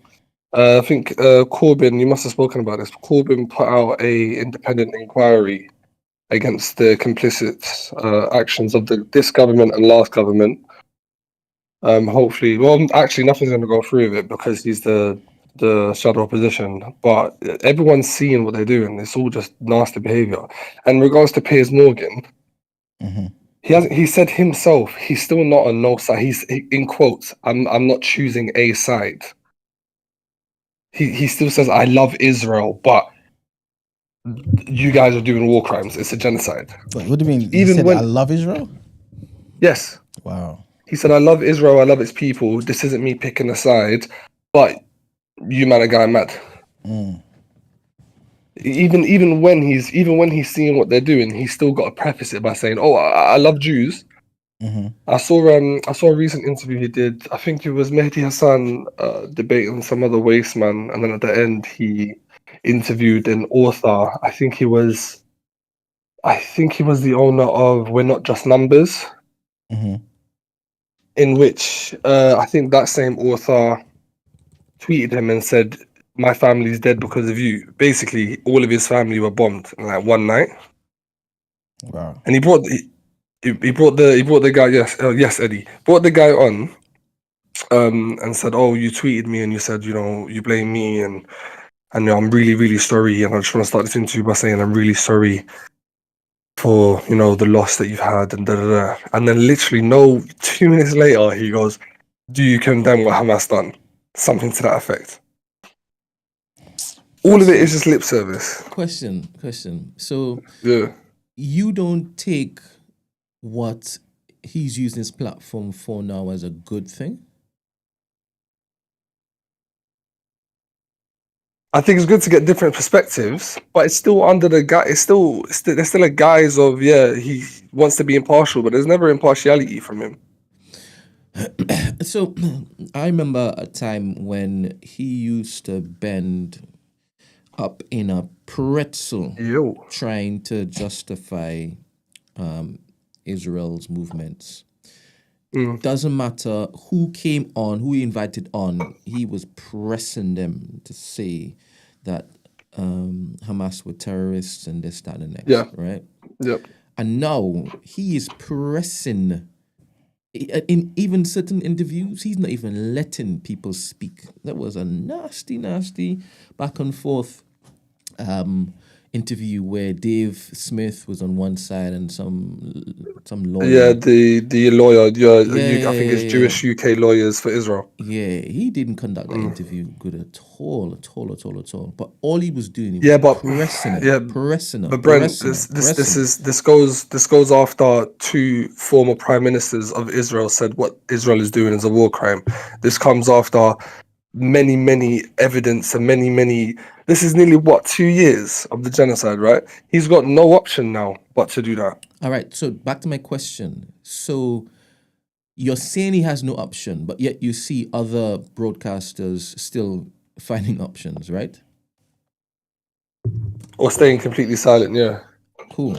And he's decided not to do that. So even if it's self-preservation, yes, is it not good for your cause? Yeah, it is. And that's it. That's the question I'm asking. And if it is, that's the case, then let him still posture to the whatever side he wants to be seen as this and next. Him coming out to say, I love Israel. I think he was just saying, imagine, I don't want to finish that sentence. Let me not finish that sentence. It is every single interview though. I mean, I get what you're saying. Yeah, 100%. The having some sort of transparency or having somewhat of a transparent dialogue is helpful. But then you're literally interviewing someone who lost all of his family. He details that a 12-year-old, a 6-year-old, his mum, his dad, and everyone died. But then he brings up Hamas and he asks him, do you blame Hamas for what happened? They're still, even with all that so-called transparency, they're still trying to blame the Palestinians themselves. And they turn a blind eye to colonization. I believe that we are now going to see a coordinated attack on Piers Morgan. It's what do you mean? Theory. Because he's doing far more damage than you're giving him credit for. And I don't think that those individuals who would previously count on him to do their dirty work, I don't think they like what he's doing right now. No, they definitely don't. They spent millions and millions trying to change the narrative. They're trying to pay influencers on TikTok and Instagram to help push the Israeli narrative. So 100% they're not liking what they're doing. I mean, I say leave him, because you're not his friend anyway. I say leave him, let him continue doing what he's doing without you getting stressed over him still asking the question, do you condemn what Hamas did? Do you understand? Because of course. You've done heard that to death. That's all he was running on. And now he's decided to go completely left. And he's even stopping people from speaking unless they basically admit that it's a genocide. Do you understand? Yeah. So let him do what he's doing. Let him do what he's doing. But I do believe that there's going to be a coordinated attack on this guy. Yeah. From the powers from the powers that James O'Brien said doesn't exist. Yeah, that's exactly what I was going to say. I don't know if you added as well how disingenuous James O'Brien was as well, because he knows very well how the contracts work within their company. So he knew that she signed an NDA. 100%. And the fact that he said these what did he say, spurious rumors going around was anti-Semitic was crazy. You know what, Ramsey? Stay there, yeah? Brent, in the actual... He said, don't go nowhere. Topic of the day Don't part. go anywhere. Don't go nowhere. I put a video in there. All right. So we can let the people see it now. And we can comment on it again. Yeah, 100% I agree with you, man. It's diabolical. Okay. Is that Eddie, yeah? What? I thought I heard Eddie. That was Ramsey. Oh, that was a good impression, Ramsey, man. It's loading up, people. Yeah. 1 second. So you guys can see. Sangita, even at LBC, No, that's just Rolex, mate. And I mean, you can say it because you've got free speech, but that's just crap. Thank you. All right. We all sit in. I'll tell you something, because it bores me rigid. This, and I can't believe that certain people have allowed this lie to be perpetuated. We sit in a room every 3 months. Every single person that works here, we sit in a room every 3 months, They show us graphs of how our program is performing, right? Everybody knows when someone's vulnerable. And it's not the graph of what audience you inherit when you come on air. It's a graph of how your audience falls or rises during the duration of your program. Every single person in this building sits in that room and watches a graph for every single program every 3 months, all right? I don't want to get off topic. No, you said it. You can't backtrack now, mate. You have decided you have decided to believe something that isn't true, and the only person that can prove to you that it isn't true has decided to stay silent and allow people like you to believe slurs and anti-Semitic conspiracy theories about her former colleagues.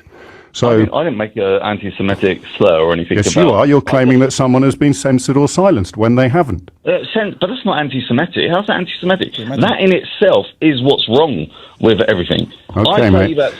I am setting the record straight on something, okay? And the idea that somebody would be silenced for being critical of Israel during a phone-in that is heavily critical of Israel is palpably absurd. You can dispute the fact that it's anti-Semitic. That's my opinion. And that is my freedom of speech that I am exercising, just as you are exercising yours. But if you choose to come on this program and tell lies about every single one of my colleagues, I will push back, okay? And that is what you are doing. I sympathise with you because the lies have been deliberately allowed to fester by somebody who can only answer for their own conduct. But it is lies, okay? And if you want to come on this program again, you are more than welcome. What happened to Sangita, even at LBC? Imagine. You know, What did he say was anti-Semitic? What? What did he say was anti-Semitic? He said that even saying that Sangita was gone because of her views on Israel-Palestine is anti-Semitic. The fact that it's a play on that the Jews run the media is what he was trying to lead on with. This is what I'm saying to you. Oh, as in he was removed. She was removed because, okay, cool. Because she had views. And the thing is, all she was doing, I should have even got that clip. All she was basically saying is, listen, what you're saying is lies about what's going on in Iran, with Israel attacking them and whatnot. And obviously the next day she's gone. She didn't get to, like she said, she didn't get time to say goodbye. She had, 16 more weeks of programming cancelled, just like that, gone. You know what I'm saying? She said the terms are not just restrictive, they remain in place indefinitely. I'm not permitted to explain what happened before or after I left. I would have expected anyone associated with LBC to realize that. You know what I'm saying? So it's ridiculous. And then she was replaced with an ardent Zionist, Vanessa Feltz. There you go. Fat gammon. But there you go. You know what I'm saying? So yeah, it's not right, man. It's not right. And yeah, I saw it, man. I knew James O'Brien was that way inclined. I knew it. None of these people fooled me. You know what I'm saying? None of them fooled me. But, you know, it's a shame this had to happen. That's a similar thing to what Brent was saying in regards to Piers Morgan. And even James O'Brien still allowed somewhat of pro-Palestinian voices and perspectives to be on air. So it's the same thing. So who do you think is better for the cause? James O'Brien or Piers? It would have to be Piers because it's a lot more it's undiluted. Whereas James O'Brien, there's still some sort of control behind him. Even though he would act like there isn't. But yeah, it's a damn Are shame. you okay with Piers Morgan's interview style where he stops the interviewee from finishing sentences? No. Okay. Sometimes you just need to let people dig the hole for themselves, isn't it? Right. Yeah, that's me. Love, bro. All right, man. Thanks for calling up, man. I love them.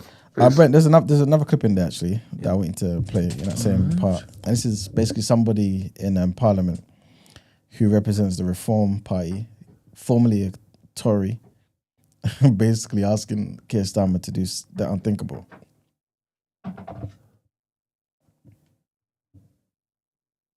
What happened there? Something. The Prime Minister's desire to strengthen strategic alignment with our European neighbours, Will he, in the interests of public safety, follow the lead of France, Denmark, Belgium and others and ban the burqa? Prime Minister.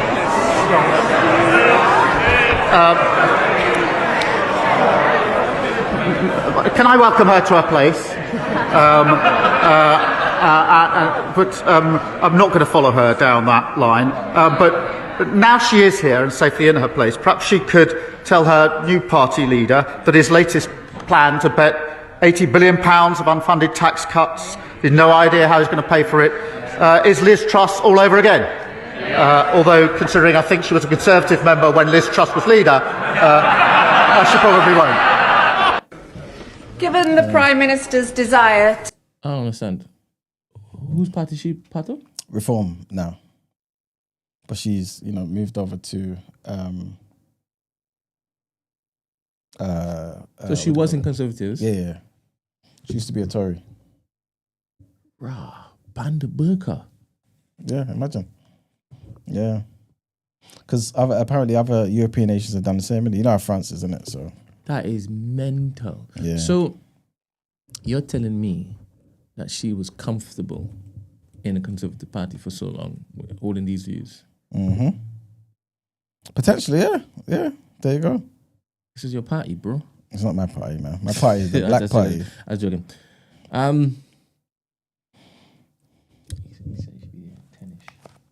He said he should be there at 10-ish.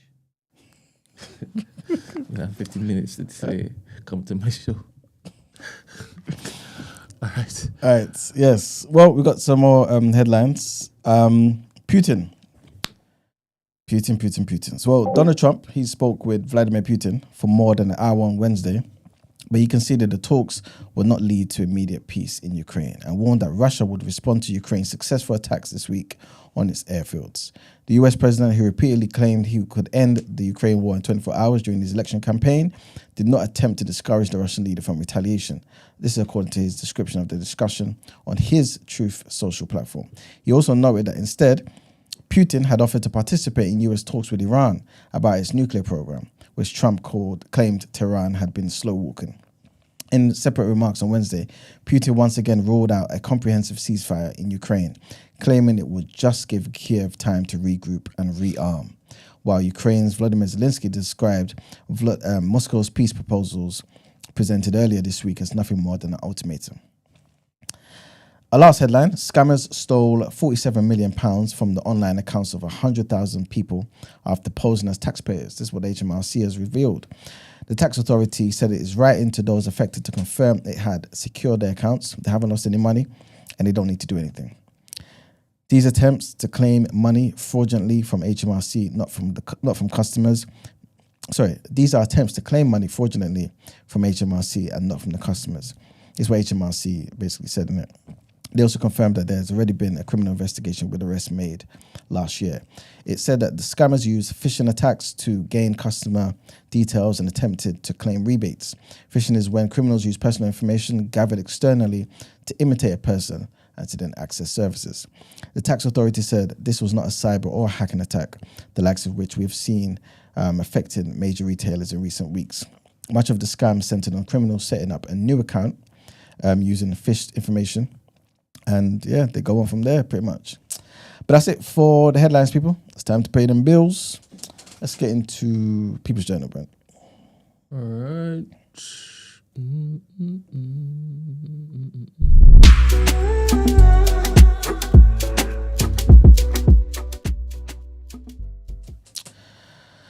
All right, people. Welcome to the People's Journal, where we give you the news from an economics point of view, man. Donald Trump apparently has signed a ban on travel to the US from 12 countries, man.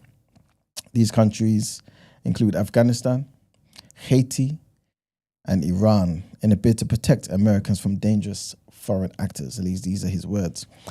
There are additional 7 countries whose nationals face partial travel restrictions, and that's the Cuba and the Venezuelas of the world. There are some exemptions, including athletes traveling for major sporting events, some Afghan nationals and dual nationals with citizenship in unaffected countries, stuff like that. They can still roll through, but Trump said, we don't want them, man. And he said, this guy, he said, we don't want them. And yeah, he announced the ban while also citing the Colorado attack on Sunday. Free school meals, man. So any child in England whose parents receive universal credit, right, will be able to claim free school meals from September 2026. This is what the government said, yeah? Obviously, like I said, they have not gone back on the whole blanket pension, winter fuel payments for the pensioners and whatnot. But they've come out to say from September 2026, with regards to the children, anyone who's basically on universal credit will be able to claim free school meals. Parents on the credit will be eligible regardless of their income, right? So currently, the household must earn less than $7,400 a year to qualify. The government says that the changes will make 500,000 more people eligible. But yeah, basically, he just said this is for all those families basically who need it the most. So 500,000 more students, more pupils will be eligible for this new scheme. And yeah, 2026 September, if you're on universal credit, people, you can claim a free meal. Make sure you do at school, man. Also, Northumbrian Water, they've agreed to pay out £15.7 million. Why? Because of the failures in their maintenance and operations of its sewage and water network. Ofwat basically, got onto them and said that they would pay out the enforcement package to the local environmental causes and improvements to the region's water infrastructure. We spoke about this on the show, man, how these water companies are just doing diabolical work, man, in the country.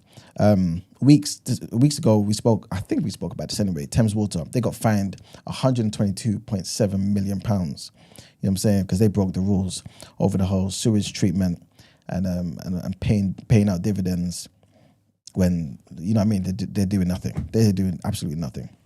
So yeah. Anyway, Ofwat also said that the enforcement package that I just spoke about for Northumbrian Water was greater than the penalty which would otherwise been imposed if it had fined the business. And that's the reason why they did the whole enforcement package, so that they can, give to local environmental causes and things of that nature. And the last thing pretty much I wanted to mention is the Nintendo Switch 2 for those gamers in the community. The Nintendo Switch 2 has been released worldwide. Stores are opening, believed anyway, they opened at midnight or whatever. So people can, get their hands on the long-awaited console, man. I'm not too sure if you guys are on that. Brent, you're a Nintendo Switch guy? No. Absolutely not. But How about you? When was the last time you played a console? Couldn't tell you. I used to be really good back in the day, though. Yeah. And I never was in the era where people used to play online. Well, obviously what they do now, innit? But when it started, I was already off games from then, man. Yeah, man, that would have been a good time though, man. You know what I'm saying? But yeah, I was already off that, man. But yes, that's pretty much it for the People's Journal. We're going to get into some more headlines. All right.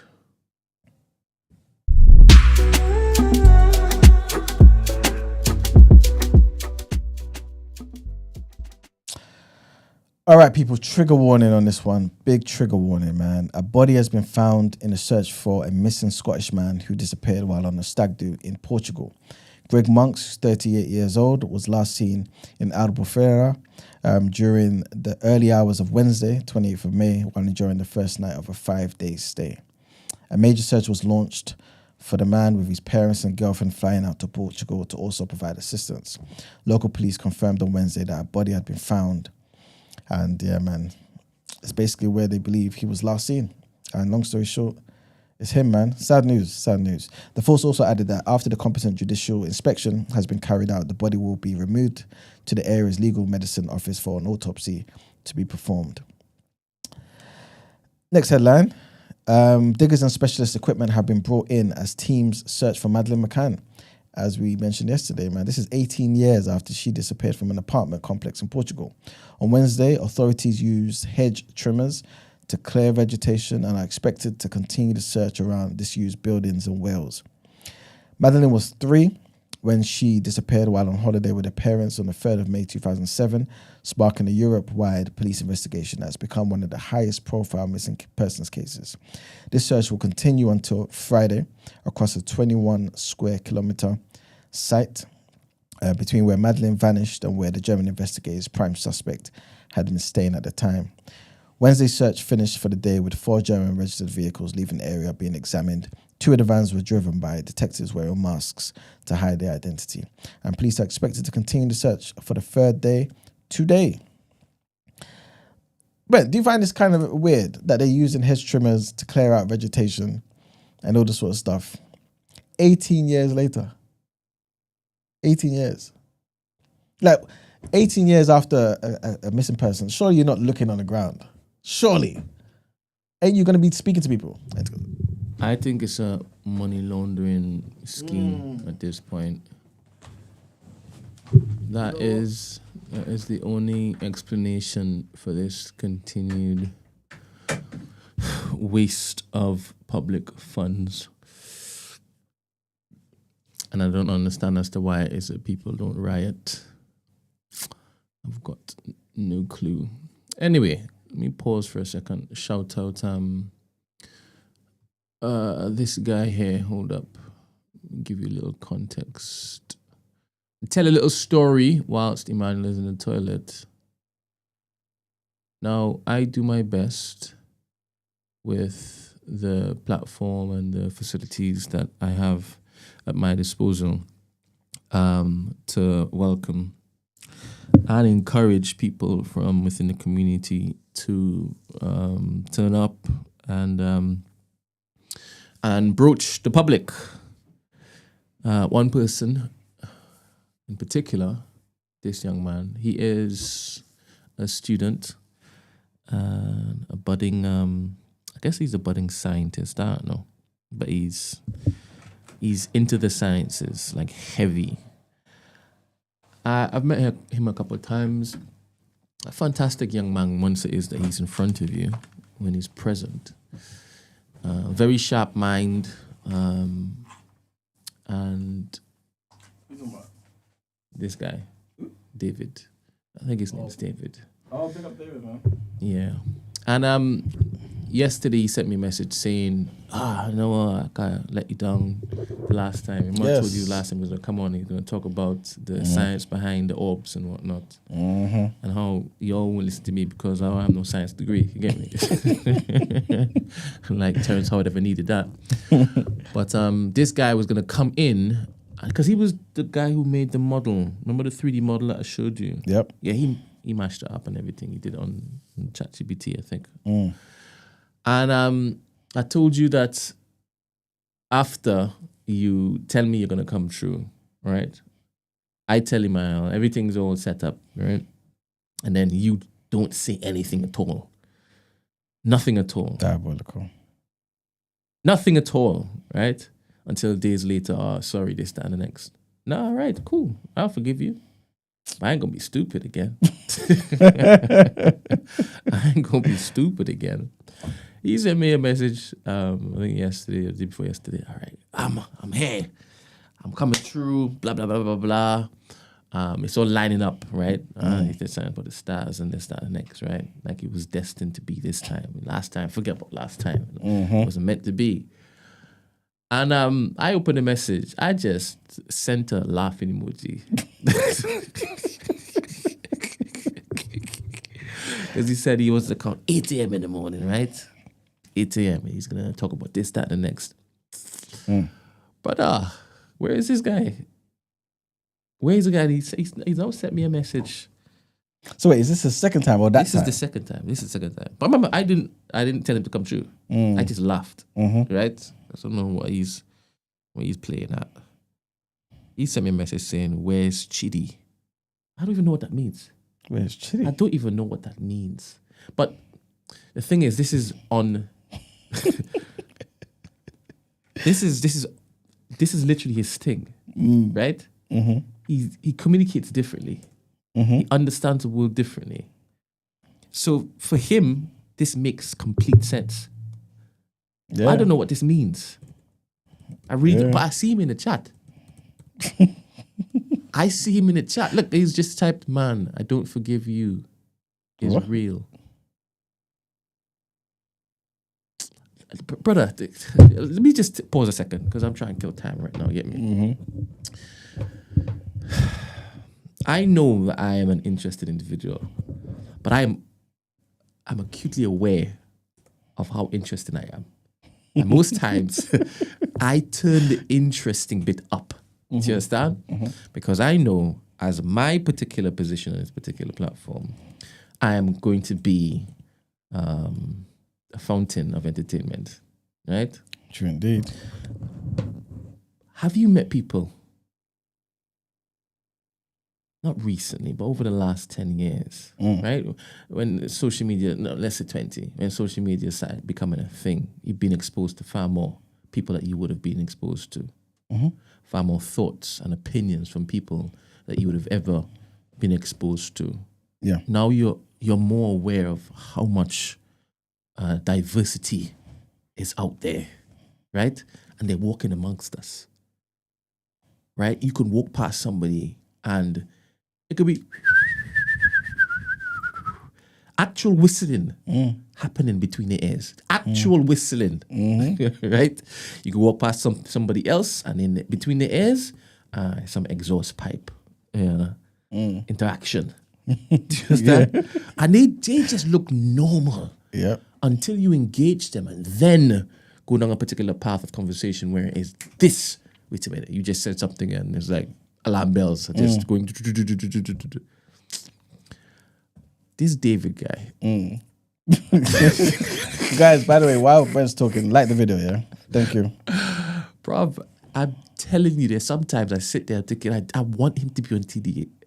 I just want him to be on TDA. So I'll throw him in, I'll leave it, let go. Let's see what happens. Because I'm telling you, when he walks in and he sits down, you'll be like, this is just a normal young man, right? He's studying, right? Yeah, dresses a particular way cool. But when he starts to talk, right? You're like, wait a minute. What we got here? We got a banger here, eh? Now, if I'm in your position and I have my mindset, I'm rinsing it. I'm utilizing every single moment. So I'm gonna don whatever personality I need to don to stretch this out as much as possible. And some people call me wicked for that, right? Okay, I just call it, nah, I'm seeing you, bro. You do you, bro. You do you. I want him to come true, but there's no way I'm participating in this exchange of organizing him to come again. I ain't doing that again. So how can we make it happen? You might have to take over. It's unlikely. It's unlikely. But it ain't gonna be me. I don't know who Chidi is. You can communicate with Ed. I don't know who Chidi. No. Ed? Yeah, Ed will let us know, innit? He'll be like, look, guys, he promised he's coming this particular day. Okay, cool. But you're saying let Ed be the person he looks. All right. You know what I'm saying? Ed, are you open to being that particular middleman? Sorting out our scheduling, our diary. If so, I thank you greatly. But you've now heard a lot, to be honest. You've now heard a lot. So I don't know if the weight of entertainment that could possibly be presented to the TDA community is more than, what you've heard us saying. Because Ed might be like, I ain't no punk. Well, I ain't no punk. Punk how? What, just to liaise with him? Yes. Why would you think that? I don't know. Maybe Ed is bigger than that. I met David doing it, didn't I? When? I think it's the same person, maybe not. Talk to me. I think his name's David. Oh, this guy. I think his name's David. I think it is. I think I met him. When did you meet him? It's the same guy. Did he come in here? No. In Brixton. I was in. This is absent you being around me. Yeah. So go on, talk about in Brixton, like at the cinema. So he was with the babe. Yeah, he was doing his thing, man. You know what I'm saying? Pick him up. That was what he fooled me with, because he spent a little time trying to convince me that he was a womanizer. What? Yeah. Oh, serious? Yeah. That's not cool, guys. That's balance, right? That's the balance. On one end, when he's not talking about womanizing, it's this. I'm thinking, whoa, you need to be on TDA. Yeah. Right? So he's there with the babe. Go. Yeah, so I think he went to the cinema. It was the same guy, isn't it? And basically, like right next to the cinema, yeah, there's like this vegan spot, innit? So I went to the vegan spot, innit? But you got to go through the same double doors. It's weird, right? That there are double doors to places? No, to like two separate things. You know what I'm saying? But yeah, anyway. So obviously I've gone through now. Gone to the vegan place, ordered my food and whatnot. Ran back to the car because I don't get no ticket. Chilling in the car and whatnot. Run back to the place when it's ready.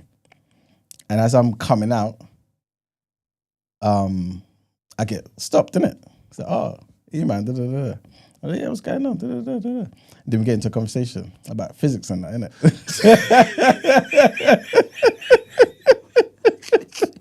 How did you know it was about physics? What? How? You see, I've asked a particular question. You're like, what do you mean? Because we started talking about what did we talk about? We started talking about I believe he jigged my memory about calling up one time. Yeah. And basically saying something about the Adinkra symbols. Yeah. Yeah. That's it. It's coming back to me. I think he even sent me something after. I said to him, yo, send me something then. And I think he was basically sent me a video about how the binary system in Ifa is related to something in physics. I can't remember all of it right now, innit? But yeah, we got into that conversation, innit? And then obviously had to part ways in that. I didn't want to get a ticket. And obviously his babes as well was trying to not hear physics. So, and then, yeah, that's it. The reason why I asked that question is because we started somewhere. Yeah.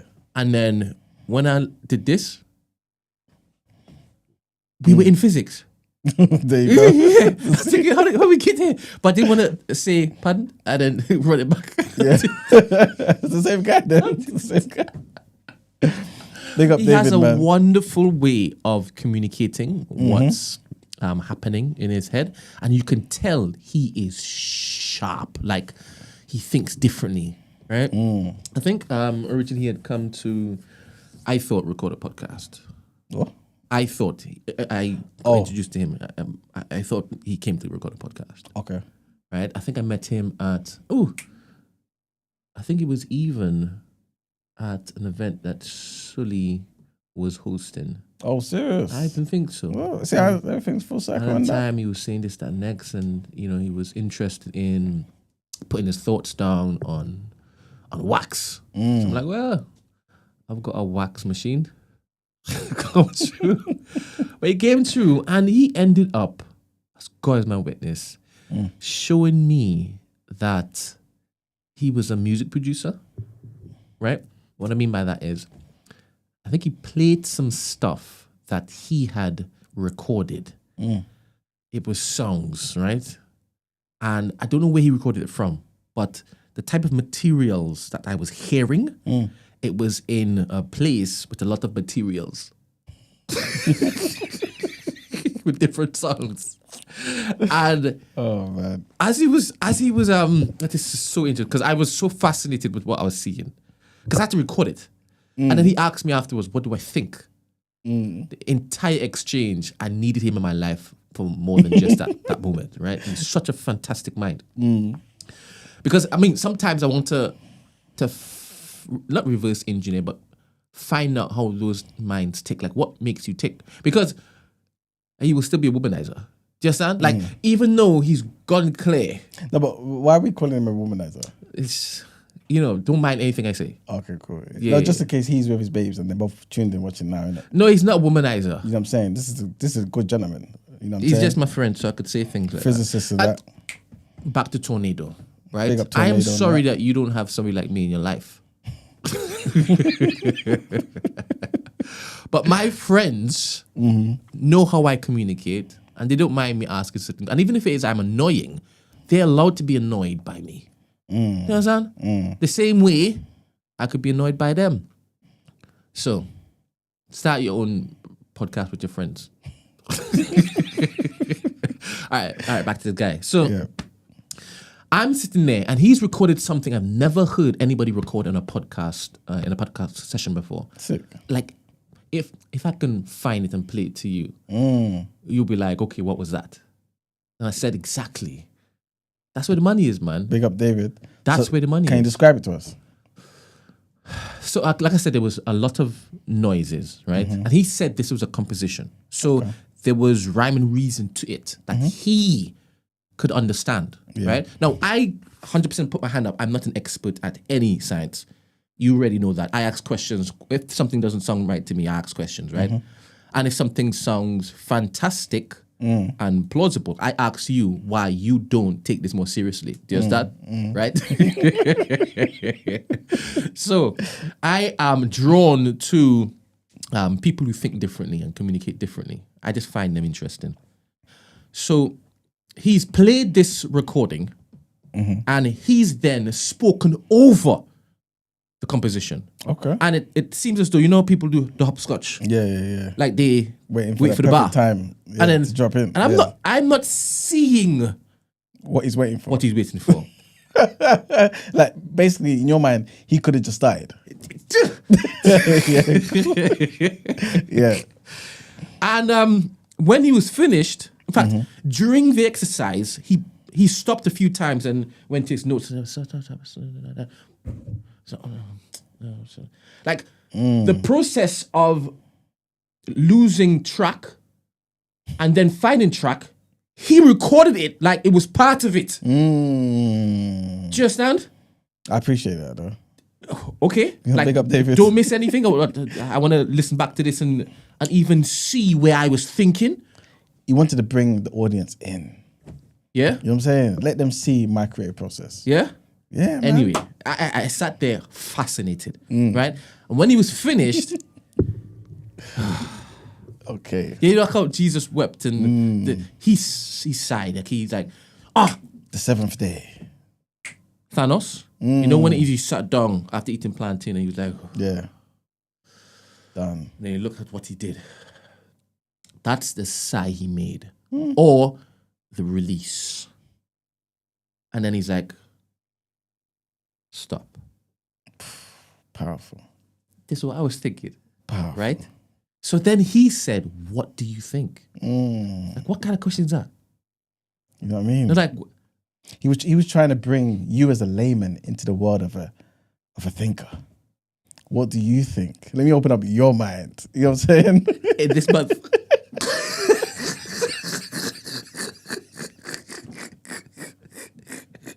Let me see how wide your mind could basically spread. Go. But I sat here and I'm thinking, I'm going to call Stephen as soon as he leaves. Because I need him to also experience this. Yeah. Right? And I'll do my best to paint the picture for him. There's no way I can relay or convey my experience better than you actually being there. And this is why I said, when he said to me, Brent, that orbs thing, it's science. It's actual physics and it can be modeled.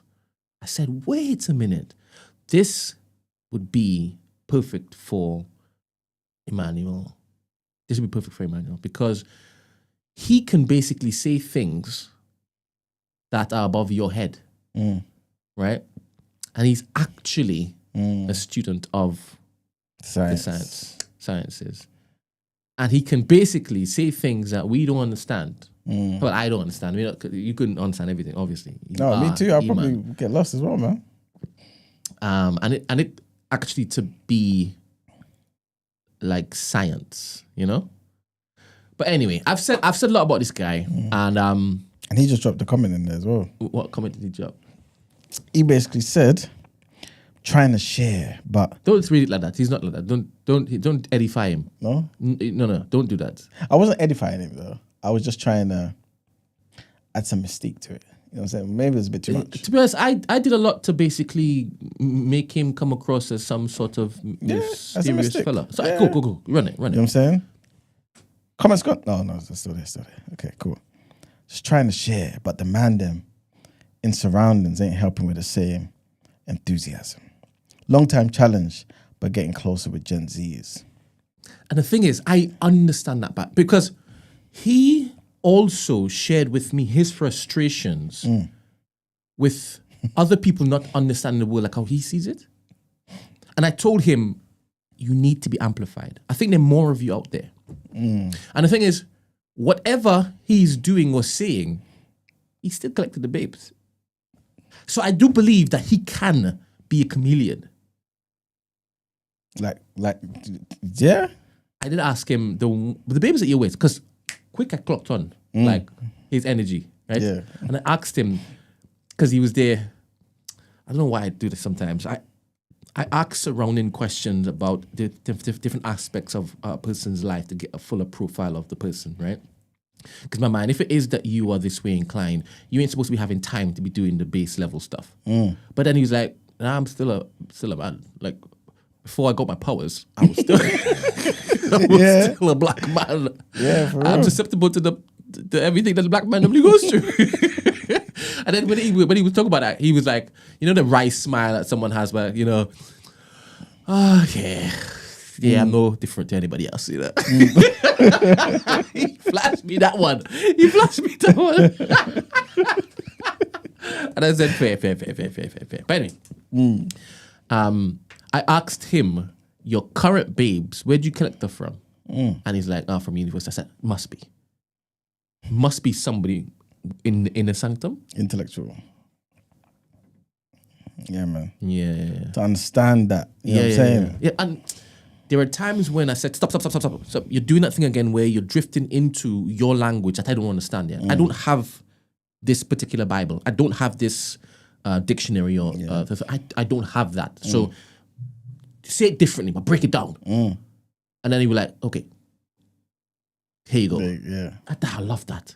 To be able to break something dense down into something simple for like dotish and dunty head men like me, that shows true intellect. Oh, 100%. True intelligence. 100%. Do you understand? Because if you're in a room full of people who don't understand you, what are you saying?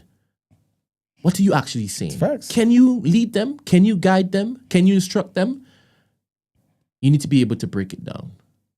You know what I'm saying? You know what I'm saying to you, man? And, you know, people in the chat basically saying, yo, David, call up the Discord, man.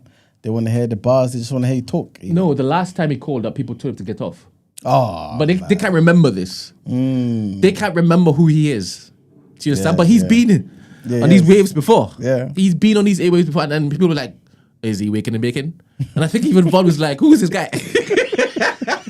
What's this guy saying? But I do want him in the studio, but I am not going to facilitate that. I'm not going to be the one to do that because he's broken my heart far too many times. Far too many. Look, who's Chidi? Yeah. I thought all that. Who is Chidi? Answer that question. Who's Chidi? Who is Chidi? And why have you gone with that verse? Why have you gone with that bar? Who's Chidi? Yeah, let us know, man. I'm confused. And the thing is, it's not serving me any well, right? Yeah. Because I'm there telling you, this thing I've been telling you about these orbs, about the MH370, I have a man who could basically give a scientific explanation for it. Here's even the model. But when I bring him, and he just does him, you're going to now say, you see, the kind of company you keep, Brent? That's why I can't trust anything you say. Do you understand? That probably won't be the case, man. Well, I believe that he can be present. You know, he's a whole intelligent individual, you know? Yeah. A whole... He knows how to speak that language. Do you understand? One said, I want to remember this. He's trying to remember when he called for the guy's imprisonment. No, but David, call up, man. Well, he said, I thought there was a guest today. Crossed wires. But there's no crossed wires. I just laughed. If I read, I don't want to read what you sent to me. No, but Brent, read the last comment he said, please. Where's Chidi? No, the last comment on that he put in the thing. Nigerian pavilion design. You see what I'm talking about? You see what I'm talking about? You see what I'm talking about? And the thing is, that makes so much sense to him. I'm telling you. Yeah. Yo, Eddie, can you translate for us? Oh, I've had enough, Where's Chibs when you need him? You know what I'm saying? Where is Chibs? You'd be like, what are these guys in the studio doing? Like, I understand everything you say. Nah, man, you lot are too funny, man. I just don't know. And the thing is, he sent a voice. You know what? Are you sure? Voice. What? Is it? There's no incriminating stuff in this. Yeah, but nothing. Would he be okay with it though? Innit? David, do you mind me playing your voice note? You didn't mind sending it to me. You didn't mind that violence, right? That violence. David, let me know if you mind me playing your voice note. It might give some insight to the Nigerian pavilion. You know used to do that though back in the day. Remember when you used to kind of freestyle and then like you would let me change what I'm saying. You used to buck somebody who would chat in your perception as nonsense, and then you would go along with it, like you would mimic them. I said, yeah, the backwards elephant. I used to do this. I don't know what you're talking about. Oh, never mind. Yeah, he said, "Go on." Yeah, see? come on, man. He's cosplaying as a roadman now. All right, everybody be silent. We're killing time. We should end it at 10:30. Yes. Let him catch us nowhere else. Anyway, listen carefully. I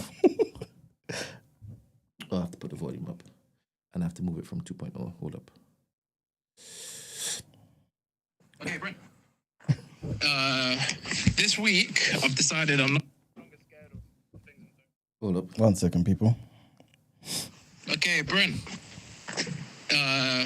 This week, I've decided I'm no longer scared of the things I'm doing because they need to be done, and I just so happen to be doing them. So, on Thursday, I will be coming to East to help out with something that's happening during the day, which will have me set up for an early morning to move over in the direction. Looking to join you for 8 o'clock, 8:30. Again, we'll need to confirm the night before, so tomorrow night, before tomorrow morning, but the feeling, the spirit is strong, the spirit is willing. So, yes, does that work? Now feels like the time. Yeah, thank you. It's linked to something I'm submitting this week. So running it through with you guys is perfect. All right, cheers again. Thank you for the thing you're doing. It's on, it's perfect, it's sweet. Will we talk about Ashton Forbes? Most likely. Oh, damn, there's a lot to talk about, but what's necessary? That's the question. That is the eternal question. So, yeah, I've been reading Ezekiel this week, which also feels like an unnecessary Christianism. So to ground it back, we go back to Ephesians. And so, yeah, let's see what we find. Serious. What did I respond to? What's that? A laughing emoji? Laughing emoji. The next message is, where's Chidi? What is that? What? Where's Chidi? Ezekiel and Ephesians. It's in Ezekiel and Ephesians. This is amazing. This is amazing. That's why I wanted him here. You know? Yeah, we just said this guy talks nebulous. All right, he's in Discord. Oh gosh. Good morning, David. Make your way to the stage. How are you? I can't hear you. I can hear you. Oh, wonderful. Yeah. Sorry, guys. Good morning. Good morning. How come you didn't make it in today? Yeah. I'm humbled, man. But I think that's the importance of, for example, Brent, that I've been tuning into TDA for maybe a year now. Come on. I want to say a year and a half. Come on. 18 months. How many days is that? That's how I've been thinking about time lately. Because when you say like 5 years, 10 years, it makes life just shorten. But when you realize it's all consecutive days, then Perspective. Yeah. yeah. Word. Um, So how come you didn't make it in today? Come on, man. yeah, but cool. So I got home at like I need to appeal a module that I failed at uni. You failed. Yeah, man, it's important to fail for some things occasionally. Like, you might not even realize it, but like That's true, you've probably seen successes daily, and then occasionally something pops up. And it's like, oh, actually, I can't do a group project solo. If the team sort of breaks down, and then or maybe you can, but then the mark scheme might be looking at what you're presenting, and it's like, nah, this ain't it. But that's as an introduction, and this is the thing that's like I can just be talking about a day-to-day encounter that I've set out on while studying the master's, like design engineering. If anybody's got a younger that is interested in computers and AI and gardening or cars, that sort of combination of stuff and products and music, design engineering is the field that's going to start cracking open new different prosumer alongside like marketing analytics. Have somebody or two people paired up in a booth that's just coming up with new ideas and knowing how to make them. That's the key. We need that. It's been happening. Every so often you hear about a guy in Africa that's got a rock that produces electricity. Sensational. A rock. That's the world I kind of live in. And right now it feels like I'm absolutely taking the piss, but it can be grounded in reality. So, but you know when you're talking about design engineering, what are we? Are you talking? Is this the Nigerian pavilion kind or like? So in the Nigerian pavilion, I'll find a link for that. I'll try and put it in the chat. So there's let's see. I want to say a designer, artist, researcher, who is called Chidi, but different Chidi to the Chidi I messaged about. Definitely would be a great person to have on TDA too. But they've got this thing called Looty, and they went to the British Museum looking at the Benin bronzes, and did a virtual reality sort of scanning of them to steal them and reclaim them as an NFT, and then building like digital spaces that like look through. So building an arch that reflects like a Yoruba sculpture or something that's like in Nok, Nigeria. And then as you look at that through a digital screen, it takes you into the world that is being made through 3D modeling and virtual reality within that space. A visual will help, but the group is called Looty. They've been running for a few years. When you say into that space, what exactly do you mean though? Do you mean, what exactly do you mean? Yeah, and that's the weird thing about the holographic thing that we've all inherited. That like say like watching The Simpsons is entering a space, but this one would be, I guess, like making a website that is a visual, like do some video game graphics to remake a space, remake an environment. Is that better? Yeah. So essentially, when you're talking about like the Nok culture and the Benin empire and stuff like that, they're recreating these sculptures and whatnot, and then creating the world that they would have existed in that time? Yeah. Yep. Okay, that's sick, man. So I think they've got set up at Somerset House that I think is opening today. Okay. Sounds interesting, man. Yeah. Are you going to be there? It is. I should. I think... Don't commit to anything. Yeah, I've been ticking some things off my list that were like knocking me. So it could open up. I would like to be there. If not for the opening day, then before the exhibit closes, I will pass through. Okay. So, but like a cloudy day to I don't need to apologize, but I find that I constantly end up apologizing for my method. Because it throws somebody off inevitably. This is the one. Hopes and impediments. If you can see that in the Discourse chat, everyone check it. You've got two guys, Miles and Chidi, and then a larger collective that are doing some cool things. Okay. definitely will interest us, and definitely it will interest our parents as well. It's just like a certain pushing past the thing of, is it possible, or what funding do you need for it to be possible? That starts to stop us from thinking about the imaginative potential of like making. I'm gonna call this theater, but different. I'm just looking at the website that Brent's pulled up from the link that I believe you put in there.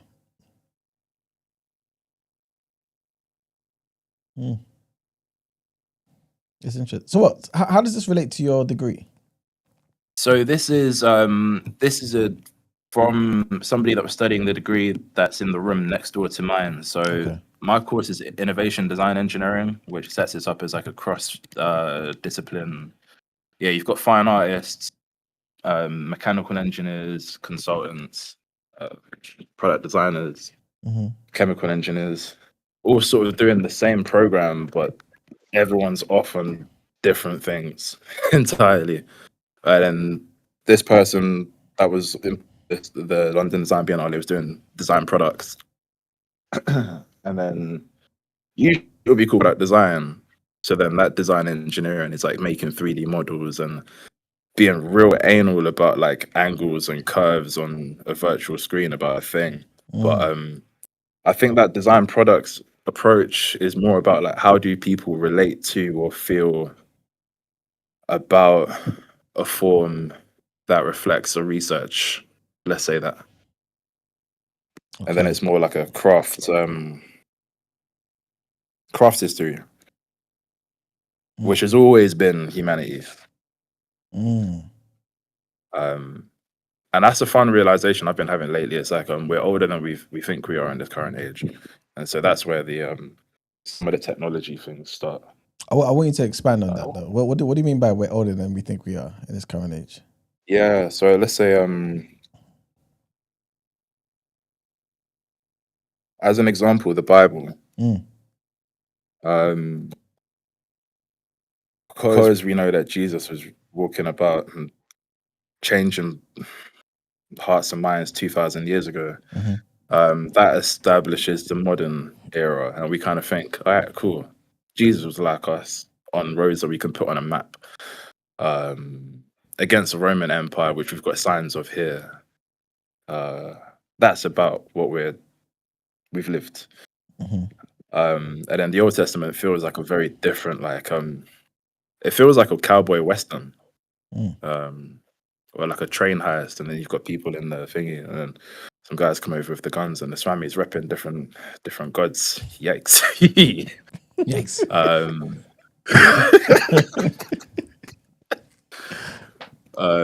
There's one lyric by Heady One from a song that I loved for a couple of years, but it's like, I remember pedal back days with a kitchen knife get fronted. Don't know exactly what that means, but that's a scary prospect, man.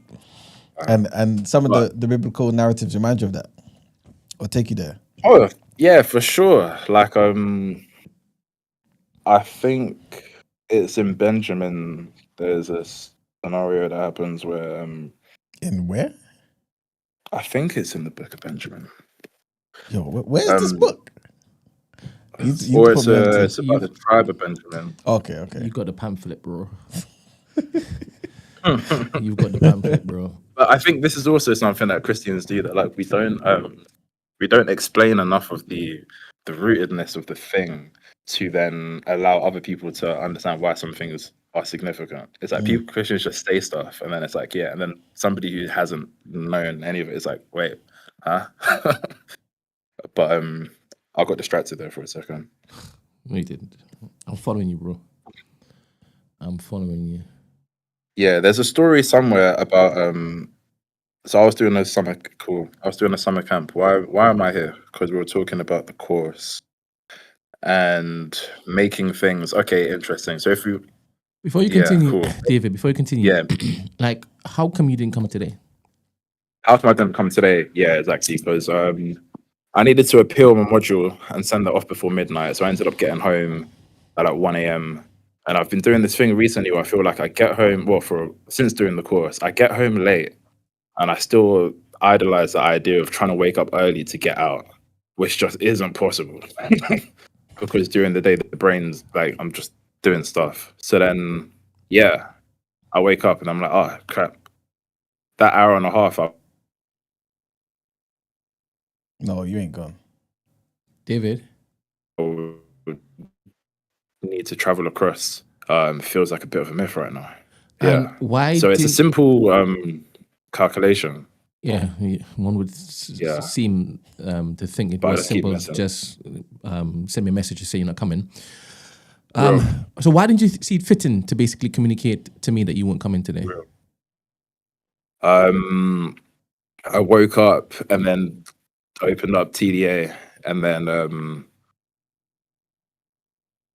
yeah, it was in like that same sort of time. So I asked about Chili when I saw that Chili wasn't in the studio because I thought that there would be a Chili in the studio. And that was my almost like communicating. I've got avoidant characteristics, I think. So that's something. But I think last night I didn't have the space in my getting home to then send the message. Yeah, that's it. You said you didn't have space in your mind to send a message? Yeah, What was the space filled with? Who's the brother that just I was Probably, preparing a presentation that I think I was doing some of the storyboard for last night. So I'm going to Basel next week, so I need to send a presentation on Friday, tomorrow, or maybe Saturday. And that one is almost done, but it's about I've been learning about the aluminium sort of industry in Ghana for a little while. But since I started applying for design courses, because my work before is about like medical technology. So let's see, probably for the last 10 years, which is nice to say. And I was cool. There are other people that are biomedical engineers, so it'd be cool to see the link up as well. Every so often at Imperial, there's like a Black Innovate challenges. There's something that's actually happening. There's a Black AI hackathon that I got an email about. I'll find that again and send it through. But a really supportive space. But yeah, so cool. So materials that can go in, that can work in the body and encourage like tissue formation if you're a hemodialysis patient, and then your body like grows on this polymer material, grows a new blood vessel so that you're not continually puncturing a vein. Realizing that you're from a population group that's got like an increased likelihood of diabetes that could lead to dialysis is one of them statistical things, and then becomes a life thing that you randomly learn whilst learning about a thing. This is you know what's funny, yeah? My dissertation was on something similar to this, you know? What? The properties of polymers. So what he's Yeah. talking about, and how obviously you can use certain things and the materials and all that stuff in the body and all that sort of stuff. Yeah. So yeah. Yeah, dope. Yeah, Alright. exactly that. All right, so Foundations. So what It will we've been doing is looking to bide time. We've whatever our task was, it's been achieved now, right? and I'm going to ask a final question. And I definitely do want you to come through to the studio. I want you to present yourself to the entire community, and be across different topics as opposed to just having a free flow session. But just tell Emmanuel what you think about Terrence Howard.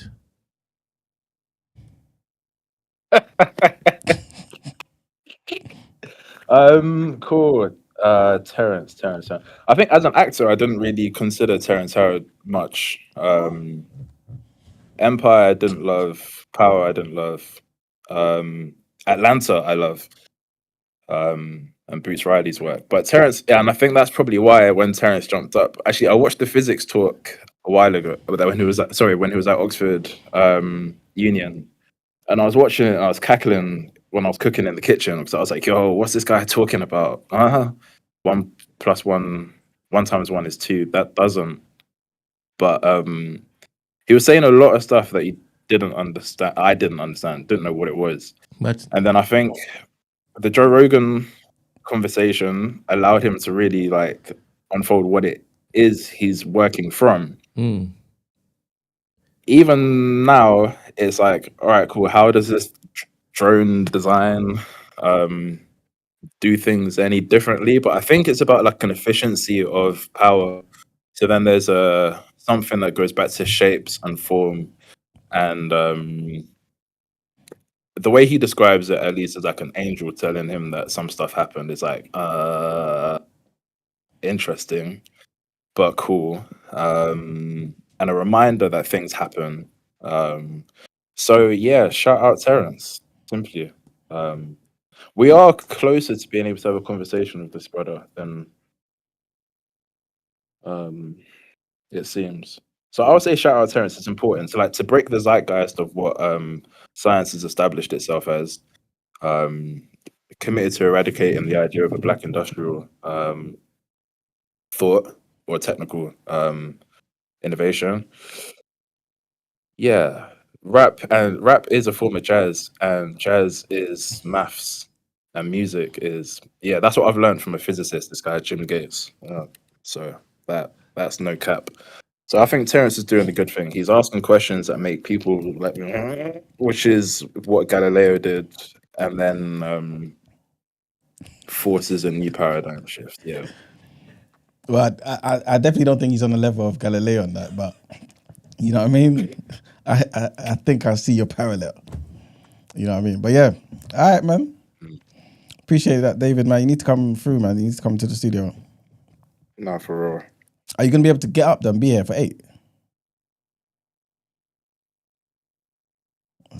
Okay. This is an important thing. Yeah.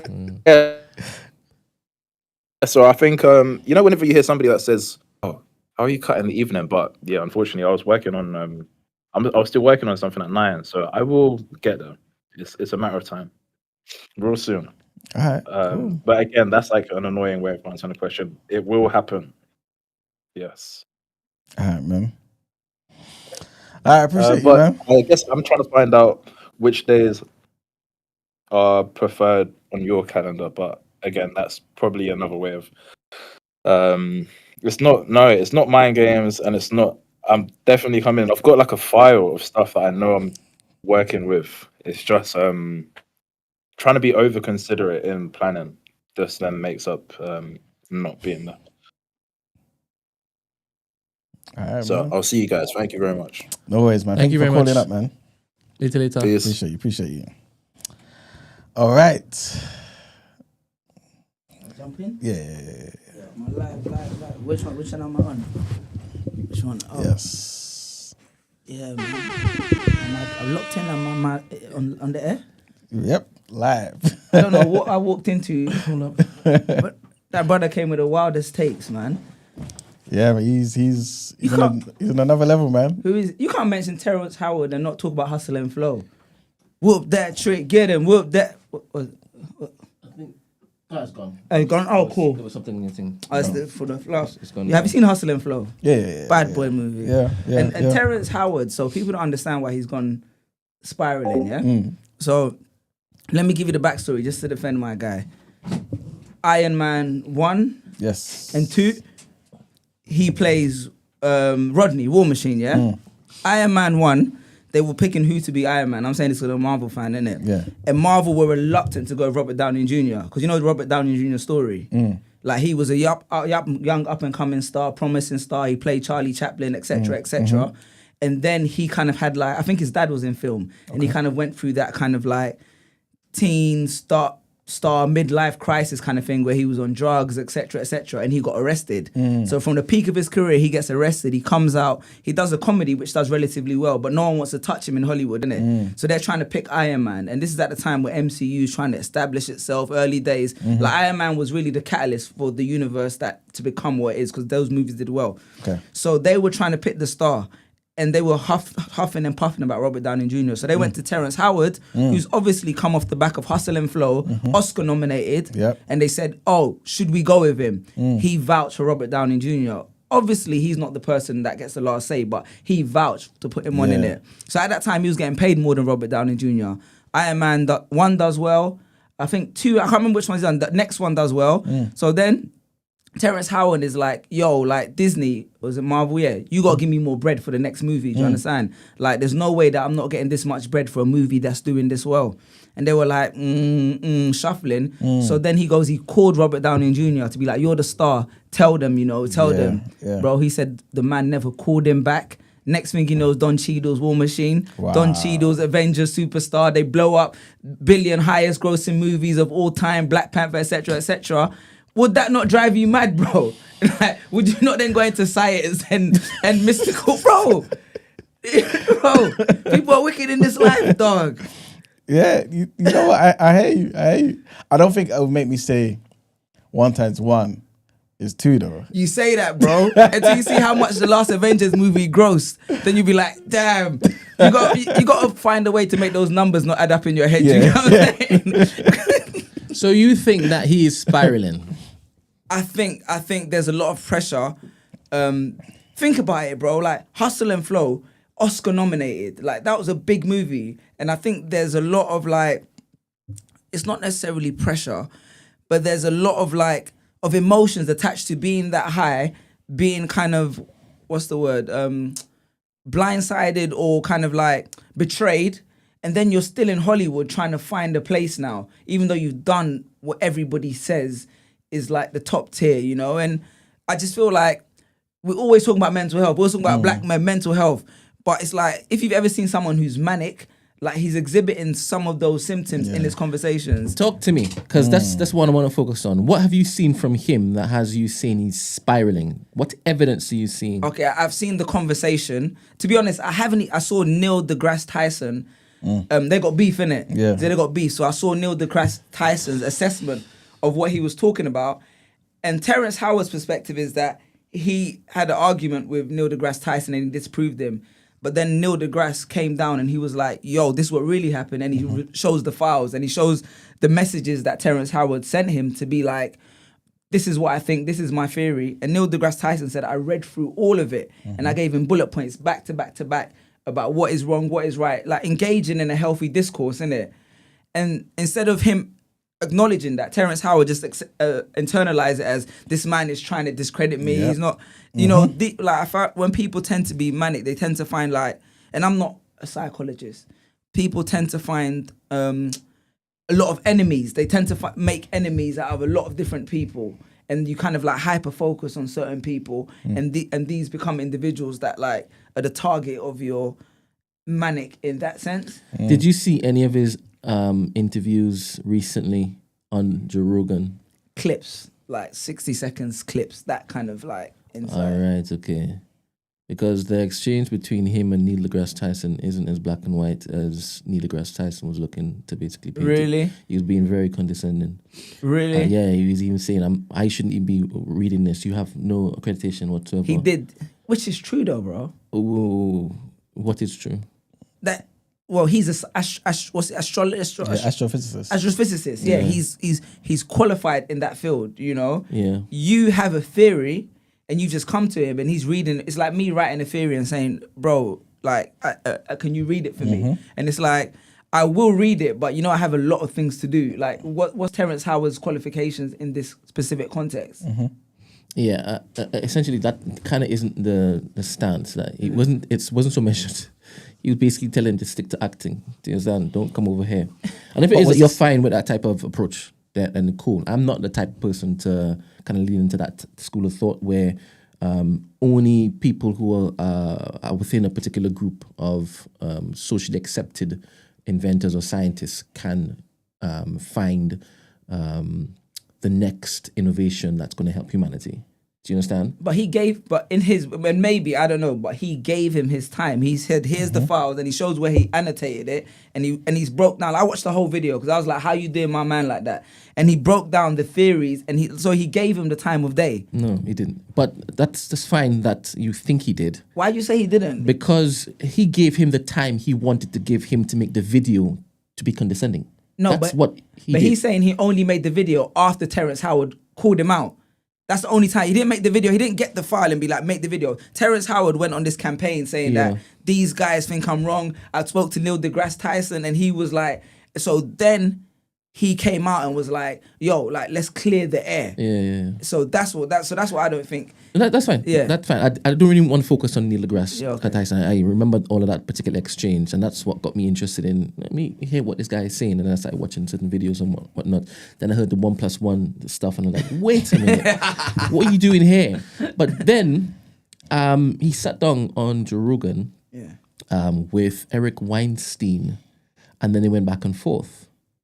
And they did it again. And then he went on a PBD podcast. And then David. Who's that? Patrick David. Patrick Bet David, yeah. He got somebody who works for NASA, right? In the same field in which Eric Weinstein is kind of in. Yeah. And he brought him on. And he said he looked through his paper. And here are my findings. And that particular exchange, it opened my eyes as to what my theories were in the beginning, that there is a level of arrogance from certain individuals that even if his approach to this particular thought is a language I don't understand, I'm not going to hear you. Right, I'm not going to take the time to see where you're coming from, to see if it is I can't translate this for me to understand it. And that's what the Chinese guy did. He's like, that's the language you're using. We don't use that over here, but I think I understand how you're formulating your thoughts. And from doing that, I now take that particular language and I'm now going to read it with this particular lens. And I'm like, this is good. I need to watch this because I love Patrick Bet David, but his platform as well, it's like, I need to do the due diligence on this NASA guy. You understand what I'm saying? Because as in he may not be working for NASA. I'm not saying he may not be working for NASA, but we know Patrick, like his thing is like he's a very successful entrepreneur. Value entertainment is great, and obviously, but his thing is MLM. You know what I mean? Multi-level marketing. So whoever he can get on the platform to sell, to sell his thing. All right, fair.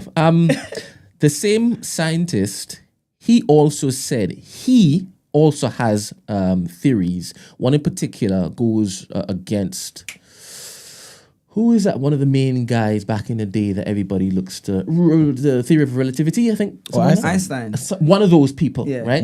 No, Einstein. Einstein is relativity. And that Chinese guy, he has something to basically debunk or correct one of those founding right? And he said he can't even show it to his peers because he'll be seen as a quack. Do you understand? So I'm seeing this. Huh? The Discord thing's cut off. That means they can't come on, but they can still hear us. So I'm seeing this, and I'm just seeing jostling. I'm seeing politics in play. I'm seeing industry gathering around themselves and protecting what makes their bread, right? Now I'm a rebel in my core, in my spirit, right? So I look for opportunities to listen to people that go against the grain. But I always look to kind of weigh it up. Okay, to me, does this make any sense? Right? You've sat down with this guy on Joe Rogan and he's asking you, all right, I hear you saying I'm using the wrong language, right? Because you're laughing at me, right? Remember, I'm self-taught. But for me, I use different words and I think differently and I see in colors and whatnot. Do you understand? So I would root for that particular guy all the time. For example, David, I admire David just because he's different. Just because he's obviously intelligent, because he can cosplay in the arena in university to basically play along with all of that. But he's so far past that. As in, he can think differently in a way that other people cannot resonate with. Okay. I appreciate that kind of stuff. Right? And the thing is, people like yourself who use your own communication skills to evoke emotion, and it's not the same as this person, not the same as that person, not the same as, and there were some times where you might say something that I'm like, you said something simple, but the way you said that is profound, right? I think the first time I came to see you, I told you that I would love for you to do that at the live show. That is wavy. How you basically package this is amazing. So when Terrence comes through and he sat opposite Eric Weinstein and they're doing it back and forth, and I'm seeing the condescension. I'm seeing Eric Weinstein saying, look, you're too confident in what you're saying. I don't like that, right? You're saying you've solved this, that, and next. But you've also said, in the womb is when you had your first memory. Right? That doesn't and would not resonate to somebody who is not spiritual. Yeah. But for me, I hear people talking about this stuff all the time. Do you understand? Yeah. For me, when he says an angel gave him the wisdom, Eric Weinstein is saying you absolute kook. But I'm thinking, what are you talking about? Yeah. I have so many Nigerian friends who will say the same thing. Do you understand? So I can have time for him past the 1 + 1 equals 1 × 1 equals 2. Because when that question was asked of him, how he's broken down, I can see how he's saying what he's saying. Not that it makes sense to the norm. Yeah. What people have now built an entire framework of logic and reason and math around it. I see where you've come from, right? But I don't care about this. This is sticking certain people like him. He can't move past listen to him because 1 × 1 is not 2. So he can't move past that. No, the thing is, I've definitely gone past that. Yeah. I've tried to give him, give him, a chance. Yeah. But a lot of what he's saying is not coherent. It's not. It's not. And you see what you said. You say a lot. What he said, a lot. What he's saying isn't coherent, and you've said I agree. A lot. What David says, is it coherent? Far more. But who is? Give me context for this, brother. Because I'll be honest. As in David or Terrence? Yeah, no, the David guy. Because I got all day for the conspiracy theorists. Like, bro, I would sit with Terrence and I would listen. I've got all the time in the world for that. No. But Terrence is not conspiracy. That's not what Terrence thing is. Terrence is he has the answer for free energy. He has the answer for, and the thing is, the whole free energy thing. This is an old thing that's already been invented and discovered. So that's not even something that's blowing my mind, right? Let me ask you a question. Do you think that certain governments have access to that information? 100%. 100%. But that's a conspiracy theory. Yeah. Why are you peddling this? No, it is. But okay, so listen, I think everybody has a theory and everybody has a perspective.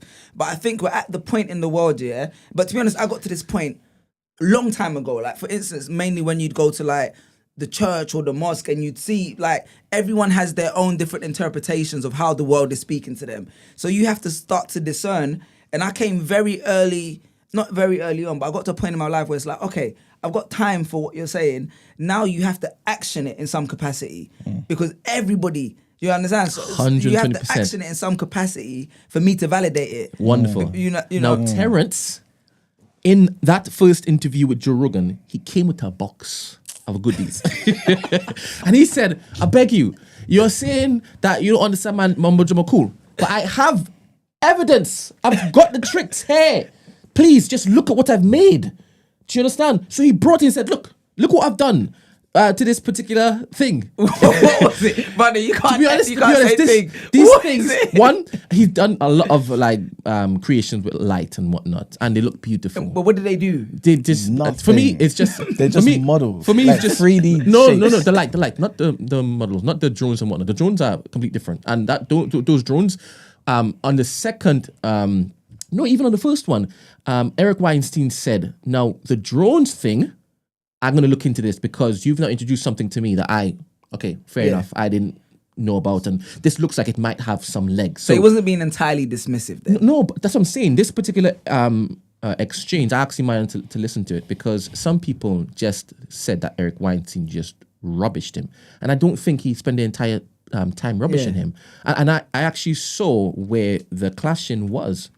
And I actually also saw that Terrence was being far too pushy. Like, you can't just force somebody to basically just accept the quote-unquote mumbo-jumbo that you're saying. Even if it is that it makes sense to you, even if it is that you can show them the way that you think, it still converts to actual stuff. Because you said, show me. Yeah. You could talk all you like, but show me. Show right? me something. That... Lovely.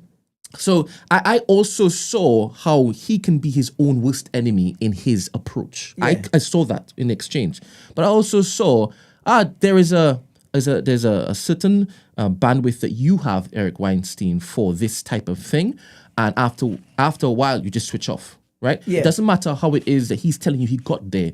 You know, show me the workings out, and then I will look at your models. Yeah. And for me, I don't approach things like that because I don't even understand what the hell both of you are saying. But yet you, Eric Weinstein, he's a theoretical scientist also, right? Yeah, he lives and works. He's just that's what he does. Yeah. Theory, right? And I'm about, how does it actually help? So when I'm seeing the pretty lights that he's done, I'm thinking, I'll put this in my thing, you've done something, right? And when he's now saying this drone technology that I've basically invented, this will do away with those cranes, those long cranes that that will do away with them, and it'll make everything exponentially easier to build.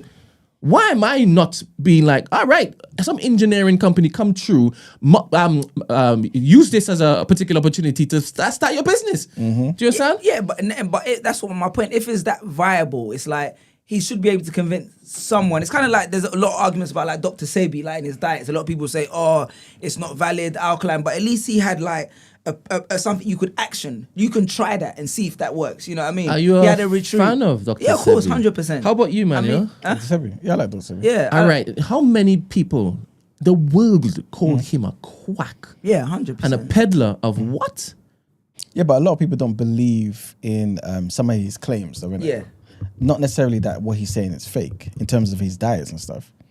There's a lot of wisdom to having a plant-based alkaline diet. Yeah. Wait a minute. But a lot of people would challenge what he was saying. But what I'm trying to say in that vein is like, he kind of had research to back it up, and he had an actionable, like he believed it to the point where he got people to start to action it. Do you get what I'm saying? And that's why I'm putting him in the same vein, because I feel like if I was sick, I'm not saying I'm going to go on an alkaline diet, but there was enough there for people to start to like implement and give you testimony and results. Yeah. And it's kind of like, if you're the only man advocating for this and you got such this mass platform, it's kind of like you might as well just be on Wood Green High Street just saying this stuff, you know. But there needs to, like, I don't know, maybe there is a community of supporters that are evidencing his theories or whatever, but I feel like at this point, especially because of his status, there should be some way to kind of like action in some capacity. I love this. Do you believe in the power that Babalawos present? That who? Babalawos. Who's that? What's a Babalawo? Basically somebody who's spiritual healer. A spiritual healer. That's what people would say, basically. Yeah, but somebody who's a practitioner of Ifa, but somebody that you actually go to. So, like a medicine, like in Ghana, kind of like Juju man kind of thing. Okay, fair enough. Like a Juju man. I know what he means. Yeah. I'm doing what you're saying. Weinstein did. It's important that we use the right language in this, because I don't want to come across as I'm being unfair. Okay. To the practice of this particular African spirituality, like a herbalist, like a traditional. But when saying Juju man, there's so many connotations. Yeah, that's what I'm thinking. It might be wrong. That's why I told him, don't just say I know what you're talking about. But I guess they would both fall under that banner if you're looking at them. Some people, obviously, the actual meaning of the word is the father of, I guess, secret wisdom. So amazing. It goes with what you're saying about being a herbalist and knowing these things. Not just people who just deal with spiritual spooky crap. It's real science to it too. Is there math and science involved in Ifa and the 100%. Practice that these Babalawos basically? Yes. All right. Now, would the world accept that as a form of science? Some things, yeah, but not everything. As in, Weinstein would say that Babalawos can come through and break bread with them? I think it depends on what it is, though, because again, there was a book that I spoke about on the show by Professor Sophie Oluwole, and she basically talks about the connection between Orunmila. Orunmila is the person who gave us Ifa, right? And Socrates. So all of these things, the binary system, all of this stuff comes from Ifa. You know what I'm saying? So it's maths. And this is funny enough, this is what David Eric spoke Weinstein, about. Yeah, if a Babalawo came and was peddling what he practices, would Eric Weinstein welcome him with open arms? I think it depends on what it is. Interesting. I think it really depends on what it is. Do you know who Eric Weinstein is? No. How about DeGrasse Tyson? Yes, do you think that he would welcome a quote unquote Juju man's practices? I don't think you're talking about Juju man, but I don't want to paraphrase. But yeah, I think he would in a sense. So one of the biggest things that discredits Terrence Howard. No, the biggest thing that discredits him. Wait a minute. No, but listen, you got hand cream. I even need to have on camera. The biggest thing that discredits him, is literally the fact that this is the blackest thing ever, boy.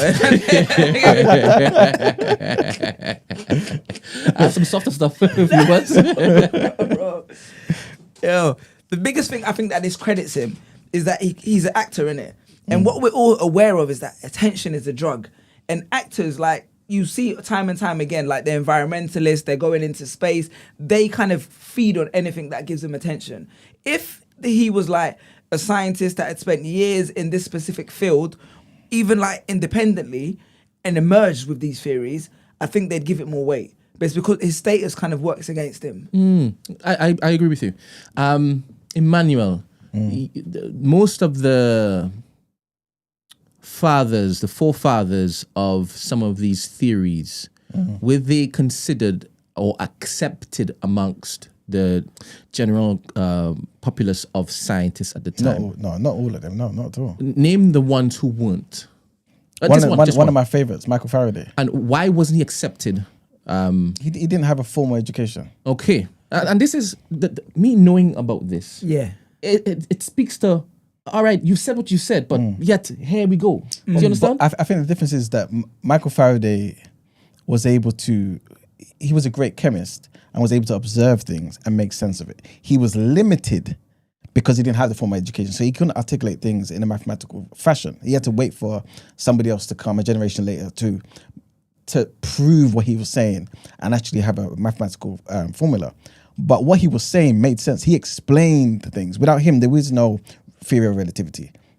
He was one of Einstein's, biggest influences. Yeah. So it still worked within science. He wasn't just talking mumbo jumbo and just saying connecting purple to. No, don't do that though. That's disingenuous because that's not what Terrence is doing. Because he just spoke about. Yeah. I saw the theories in action, right? And that's what you care about. Yeah, not necessarily. You can theorize all you like, but you implementing it in some capacity. All right. And you haven't seen any of his creations. No, I haven't seen any. And this is what sometimes I find interesting because I can speak as long as and hard for Terrence's case, and you would still be like, no, until you see something, right? No, just for this context. And that's this fine. Context that's fine. Because I'm not maligning you for that. I'm not maligning you for that. Alternative. I was where you were when it is I first heard him say 1 × 1 = 2. I was like, you're bonkers. What are you talking about, right? Okay. And I thought this is a character you're practicing for. When he first had a conversation with some, this is a role you're playing. You're practicing for. Do you understand? And it's because I only know him from his acting, which is great. Yeah. But when he's been invited to Oxford and he's now given a paper and this and thinking, wait a minute. So there's more to you than just that. So I'm now giving you some time to now listen. Yeah. And I'm hearing, wait, you're self-taught. Your brain works differently anyway. You're speaking about spiritual things. You're saying the fountain of wisdom that you have at your disposal now has been gifted to you by a spiritual guide. In my head, this now aligns to things that I believe, right? Yeah. This fully, even though you've come into this particular world and you've spoken a particular language that's so foreign to this, that, and the next, and you're being shunned by this community, this community, this community. In fact, what you're saying, you're telling people, I have the answer for all the ailments in humanity. 1, free energy. I have the answer for this, right? Now, I believe that they already know about free energy, but keeping up these particular systems where they're going to continue doing this. So malign him as a crazy mother effer. Now, he's not helping by not explaining why he's gone with 1 × 1 = 2. That's from the jump.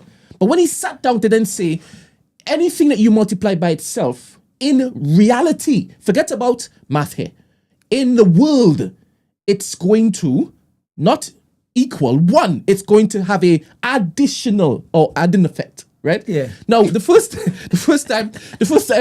time you basically put it to Marx, I understand what you're saying, right? I'm thinking, but I understand what you're saying, but it's still not making any sense. At all. It's still not making any sense, right? And the thing is, I don't care that he's wrong about this. I don't care that he's right about this. That is inconsequential to me. I don't care about the 1 × 1 = 1. Yeah. Show me the things that are sparkling that can now help humanity. Do you understand? Because I believe every single person, before they solve something, they have a whole host of flops. Do you understand? The reason doesn't make sense, right? How you got there, it didn't equate to this. Yeah. And sometimes they can do something right, but the conditions present something that isn't successful. And then they will move away from that. But they shouldn't move away from that. So many things goes on. But this thing that I've now seen twinkling, you've made all those things that sparkle in your house, right? and that's so beautiful. If you just focused on building shapes and twinkly things, cool, open up a thing. But when he's now shown the drone, and I'm thinking, oh crap, this is lovely. And this could actually, if implemented, because he's now said that some country, I think it's Indonesia, I don't know which one it was, they've adopted it. Let's start making this because this will revolutionize our infrastructure and this, that, and next. But this is what he's saying, though. And the drone that you saw is a I don't simulation. care if he's lying, right? No. I don't care if he's lying at this point. At some point, after a while, wait, you said that they were going to do such and such. Yeah. Where is it? Where is it? Because the same with Dr. Umar, he said he's been building the school for the longest while. People are still questioning. Fair to them, right? Yeah. Fair to them. So until it is that they see it, they're going to be non-believers. And I'm fine with that. Let me actually ask you this. Now that you said Dr. Umar, yeah? So why do you think, like, maybe like someone like David Icke comparatively and stuff. Your hands are extra shiny now. I know. Yeah, I hear what you're saying. Yeah. I took extra precautions. I was too precautious, bro. I was like, I ain't going out like this. David Icke and the whole, was it but the reptilian stuff? But these people have kind of galvanized the people that follow them. So why do you think, like, even Dr. Umar, like, there's a level of like substantial information that he says that allow people to follow him, do you understand? And he says a lot of stuff. So why do you think Terrence Howard hasn't received the same level of like of community if there's enough trinkets of like validity to what he's saying? I definitely do believe that he has a following. You think so? I do believe that there are a lot of quote unquote free thinkers who would hold up Terrence Howard as God. I actually believe that some people think that I am one of those acolytes. You sound like them. You sound that's like fine. one. That's I fine. just don't. I was thinking of what did I walk in today? You just trying to convert me to the cult. I don't mind because in that same sitting, right, in the same room that you've walked into, I've asked you if Eric Weinstein or DeGrasse Tyson will welcome a Babalawo and his practices, and you said yes, and that for me is wild. No, listen, I didn't. That's wild. So I didn't mean yes in the modern context, but I'm saying in the sense that like. There's a conversation there to be had because this guy has lived in a certain environment, adopted a certain philosophy for a long time. I'm not saying they're going to be like, yeah, let's put this all in our scientific research, but I think there is going to be a higher level of like, what's the word, credit or allowance given to them than it was to someone like Terrence Howard. No, I don't see how you think that Neil deGrasse Tyson is going to give more time to a Babalawo than Terrence Howard. I don't think he's going to give more time to him. I'm saying I think he's going to be more lenient. I think so. That's so interesting. interesting. You know why, because I think I have to go in a minute. Yeah, but I think it's because the Babalawo doesn't. It's like he's kind of. There's science behind a lot of these spiritual systems, yeah. But he's not trying to come into the realm of science or scientists talking their language and acting like he's got the latest revolution. Interesting. Exactly. Do you? I think that's different. Let me know if both of you all are on the same page with me here. In my mind, Babalawo promises supernatural feats. Not always. Is that all right? Wait. So when you say not always, are you saying sometimes he does? Yeah, but and that's all I'm talking about. Yes, but it depends on who you're talking to. So remember, some people claim things that's not real. So some people say, oh, let's do, I don't know, money sacrifices so you can get more money. And no, some Babylons will say that's fake. Some will say no, it's real. I've done it for many people before. So it depends on who you go to. And some people just say no, it's just based on what we call oduifa, basically like. Almost like the equivalent of verses that we've memorized for hundreds and hundreds of years, and all of those things have real practical what's the word? There's practical things that it can be used for in everyday life. You know what I'm saying? So if you need healing for this particular disease or whatever, or you can't give birth or something, you're struggling exactly. to give birth. They'll be like, here are these teas or something, different things Precisely. you can try. Precisely. You know what I mean? So a herbalist. That's why he said herbalist. I'm sorry, is that what a babalawo is? A herbalist? It's that and more though. 'Cause Why if why it's is not just- this definition of babalawo changing to suit your flipping It's not. It depends purposes? on who you talk to. That's what I'm trying to say to you. I'm talking to you. No, what I'm trying to say is it depends on the type of person. Basically, it depends on the babalawo you speak to. This is why I gave you an example. Somebody can promise to give you wealth if you come and do this particular thing. Some people say that's nothing to do with what I do. Do you get what I'm saying? This is what we learn. We study for, 3 to 5 years. We memorize this. And all of these things have practical things that we can apply in everyday life. So like Suli said, if you needed help with this, if you had some sort of a rash, there's these particular herbs that you can go and get. I'll get this from the forest for you. All this sort of... That is not different things. even flipping woo-woo stuff. You No, looking I to understand. use plants in order to bring some sort of benefit to your body. No, I what are understand. you talking about? But what I'm saying to you is it encompasses all those things. And But I'm not some focusing people- on the things that anybody else would do. That, like for example, we had the nutritionist come in. Yes. Right, and she spoke about doing certain things to your diet in order to basically achieve this, that, and the next. Right.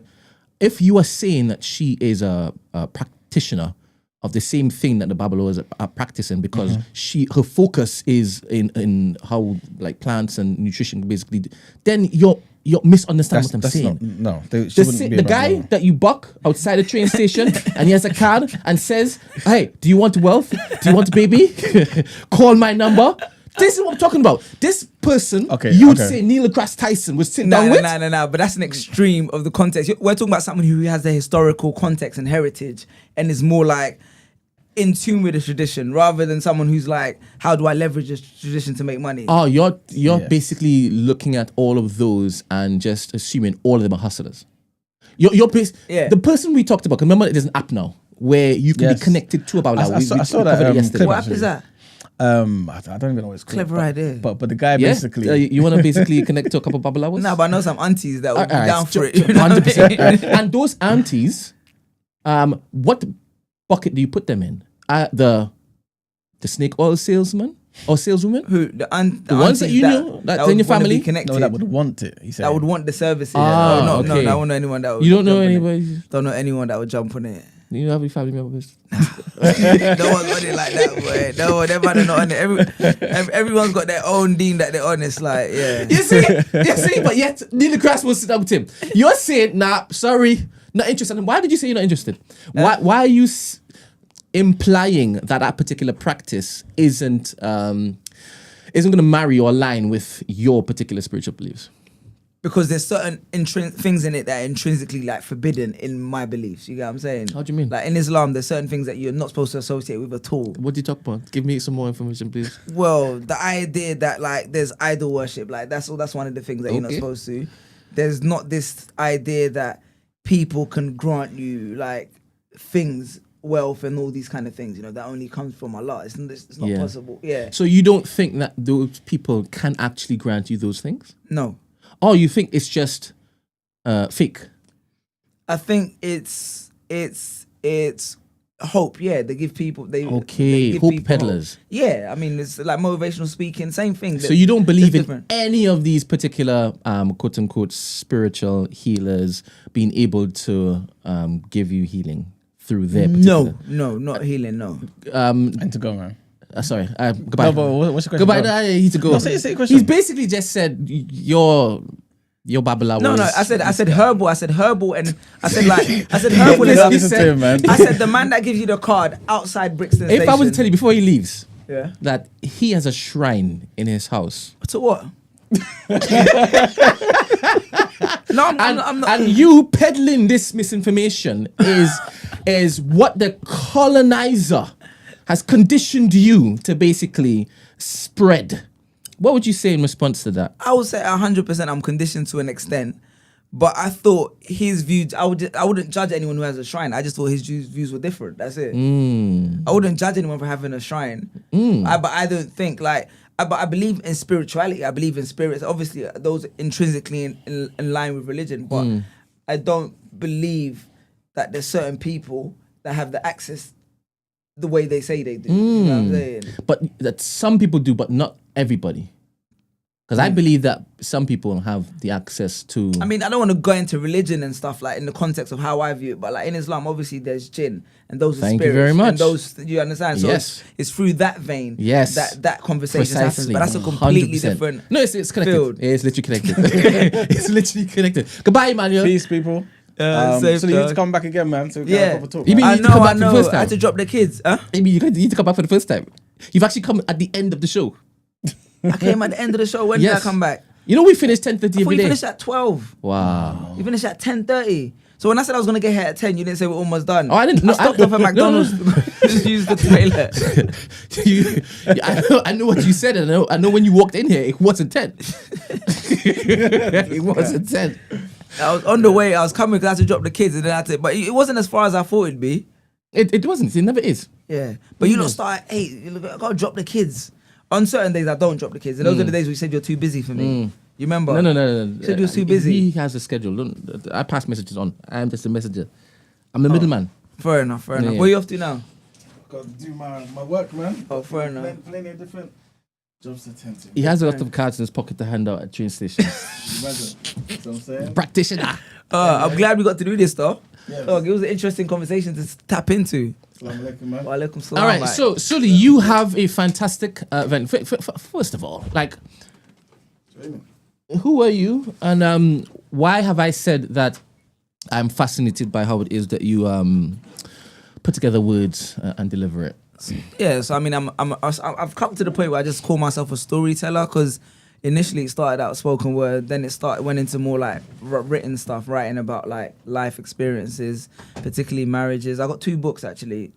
The second one just came today. And you didn't walk with it. I did walk with it. It's in the bag. Oh, so It's you in my brought a bag. copy? Yeah, you lot had the mad. What's it called? The parking situation outside is crazy. I don't know if I was allowed to park. I don't know like what's that. happening outside. Yeah, it's crazy. Yeah, you should be completely fine. So this is the first one I have. It's kind of like just an amalgamation of all the newsletters I have. And this can be purchased where? Let me tell you the story of this book, how this book happened. So during lockdown, I started writing. Everyone started something different. I was always trying to get published and write. So I started writing about marriage and relationships and stuff as Twitter threads. And my wife was encouraging me. I never really wanted to write about marriage. I wanted to write.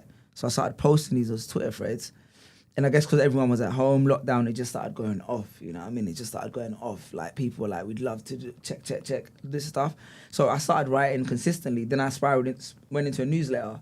And it was just getting so much traction. And then someone who was an agent was like, oh, I'd love to turn this into like a book in it. So I was like, this would be very, very dope. I started working. Is that how the story went? Yes. So this is how the story went is, I had a friend who was an agent. I hit her up and said, yo, this is going off. You can connect me with publishers. We started connecting with publishers. They were interested. They did a little auction. And then they were like, yo, we want to buy the rights. But when it came up to the bread, I wasn't happy. I wasn't happy with the amount. Do you get what I'm saying? You know, it was 30K. So if it's anyone else, I advise you take that to write a first book. But I was just kind of like, I feel like just because I have a bit of knowledge in the published space, they were kind of underselling it. So I was like, you know what, I'm not that interested. So then I didn't publish at that time. Then I went away to work on another book, which was more like long form about relationships, that kind of stuff. And then as I was working on that, I met another agent and she was like, yeah, we'd love to get this published. So I spent ages working on that book. I got an offer. Initially, I got a preempt offer. The offer was like for 6 figures. They're like, this is going to be a big deal. Me in my head being like, this is a cool deal, but you know, you never take your first offer. Let's take this to auction. So I worked on the book for a year. It went to auction, and when it went to auction, it flopped. Like in terms of like, they were just like, we're not sure. So what people don't know a lot about publishing at the moment is kind of like, and this is not to play victim, but as a man, publishing is not really a space for men. It's like, and this is partly is men's fault because I'm going on a tangent, but publishing was never a well-paid industry, you know? So people didn't mind women going into publishing. So when the money started coming in and women authors started making money, men now turn around and be like, oh, how do we get into publishing? But what happens is like, I think like 70% of the publishing industry, I think it's like 80% is women. So it's harder to sell a book written by a man about relationships and love, you know? So it didn't do well in auction. So I was just sitting on it for ages, and I was like, you know what, I have all these newsletters. Why don't I at least put something out in the meantime to try and create leverage for myself? So when I'm ready to go back to publishing, or when someone comes knocking, I have more leverage. So that's where I went through the long process of figuring out how to self-publish this one. And so I just see them as kind of like mixtapes before the album. So I did this one. Do you gatekeep?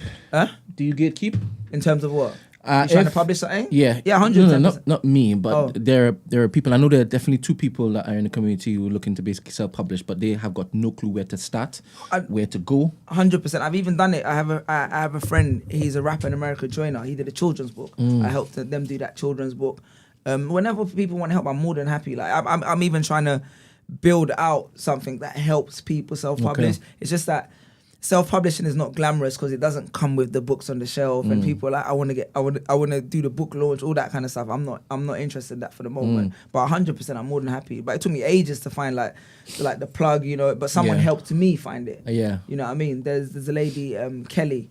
She has a company called Woke Books, and what's it called? They publish children's book, and she's been such a help, like you know, children's products. So someone helped me, so I'm more than happy to like plug. So then this one, and then I've got this headline show coming up. I got the second one ready. You know what I mean? This is the second one. I'm trying to get at least. I'm trying to get another one done before the end of the year, and then maybe another one. You know what I mean? What's that book about? The first one, the second one is about companionship. The first one is basically an amalgamation of what I wrote in my newsletters, which is kind of like love, relationship from a man's perspective, that kind of stuff. So the first one is kind of like experience. I've been with my wife 16 years. Is there anything edgy in there? Is there anything uncontroversial about it? Not uncontroversial. Controversial in there. I think it's counterculture in the sense that everyone always wants to present the highlights of their marriage, innit? Yeah. But this one is more like just the reality of it. And listen to this. So I have an extract of me reading the book online, and what's it called? It's been going quite viral. Yeah. And then Khloe Kardashian shared it on her Instagram. Okay. Just off the back of that. Yeah, So it was crazy. Like she posted on her story. Yeah. But it's because I think it's more just like the unfiltered side of relationship. Yeah. Like everything is like not roses and all that kind of stuff. All right. So one thing that you can pluck from that particular book that the world would have a different opinion on, that you suggest, this is what it is that you should actually do if it is you want something successful. Yeah, let me just spit that game for you, man. Listen. So there's a time where my wife, we got into a beef and she threw my engagement ring at me. So that's where the story starts. She was like, I'm done with this, innit? And then off the back of that, it's kind of like, I've been at South by Southwest and I've been losing my voice. I've just been talking so much. So I feel like I can hear it. Why are you busting? You just dropped that just now. So you were a panelist at this I wasn't a panelist. No, I was just walking around talking to people. Oh, okay, I wasn't a panelist. Okay. So what is South by Southwest? You've just thrown it in there like people are supposed to know what it is. It's a massive festival that happens in Austin, Texas every year. Yes. Like intersection between tech, music, arts, and creativity. Yes. And for the first time, they're doing it in London. So Why? it's the whole of East London. Why are they doing it in London? Yeah. I have no idea. And why in Shoreditch? I think university, Shoreditch is kind of seen as like the cultural creative hub of like in London in a way. Yeah. So I think that's what it is. It's become that place. I think there's been a lot of conversations about Sadiq Khan and what it is that he plans to basically do with Shoreditch over the next few years. Apparently somebody else, you know who you are, has seen the plans as to what it is they're looking to do, and it's going to change it like immensely. So I think this was the first part of this particular long-term vision and plan. Maybe that makes sense then. Yeah. I mean, there's no better place than London, except for people in London. When you live in London and you're going to Shoreditch, you kind of feel like it's only Shoreditch. Yeah. I go and do open mics there. You know what I mean? It doesn't have the same kind of... Yeah. But people come out. People coming from Manchester, out of London, like, you know, I'm abroad. So it's turning up. All right, cool. The extract. Every relationship has its struggles. Many of us have signaled code red at some phase in our marriage. The breaking points in a marriage are always glossed over. We want to see proposals, wedding, tears, then assume they live happily ever after when the credits roll. Getting married is easy. That part is fun, filled with photographs and celebration. People assume they're ready for marriage because they're ready to get married. You know, I think people don't draw that distinction between being ready for get married and being ready for married. I blame Disney, Titanic, Celine Dion, Love Island, Love is Blind, and any other TV series that begins with love and ends with a couple winning prize money. I blame reminders that we're getting old. I blame friends who edit their relationship and present you with the filtered version. I blame people who only give you a sample of the product. Don't get it twisted. I'm not doubting the power of your love. But if you're serious about love, I want to hear about marriage. I want to hear about something other than love. Love is the icing on a giant cake, and sometimes it spreads too thin. And this is the gem here. People think love is an emotion when really it's a commitment. The hardest thing about commitment in marriage is it doesn't end. There's no breaks. Marriage exists even with the depths, the dismissals, the miscarriages, the diagnoses, the funerals, and the fights. The question is no longer can I or you handle this. It is can we handle this. In marriage, everything is us. Till death do us part. Marriage is not a sprint, it's a marathon. You know, so that's how we open the book and just kind of go into the different experiences I've had, which is like testing, but it's cool. Have you ever considered thoughts about ending it? Marriage? Yeah. Nah, I'm a person that like I don't have a grass is greener mentality. Like I know what it's like on the streets. I would never like to date in this day and age. Like it's just why? It's just too it's too high maintenance because there's so much competition. In the sense that people can see so much of what this. I know some people that are married at the moment getting divorced, and one of the biggest things is just like, this is not enough. I need this person to give me more, or I prefer the way this person does this. But it's like a lot of these interactions are happening through like social media, like the people that they're desiring or the people that they're looking at. You don't even have a real relationship. We didn't have that same problem when we got together. Facebook was out, but even then, Facebook was just the people in our uni. You're not bombarded with the constant options like Tinder. I've never used Tinder, but like, I mean, I know how it works, but I've never been on it. But imagine just like I was hooked on MSN, and that was like work. This is no work, you know, like this, you know. Do you feel that with every shift in societal practices, the people within that society, they adjust and it becomes the new norm? So where you're seeing everything's changed and I would never like to be single in this particular, do you think that if you were single, you would have adapted? I would have adapted, definitely, because it would have been all I've known in it. Do you get what I'm saying?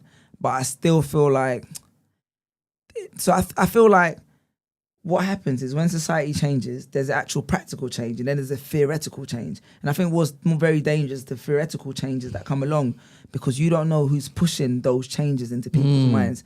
And I think that's the scariest part, being able to navigate the reality versus the theory that's being propagated. And I think that's what's really scary now.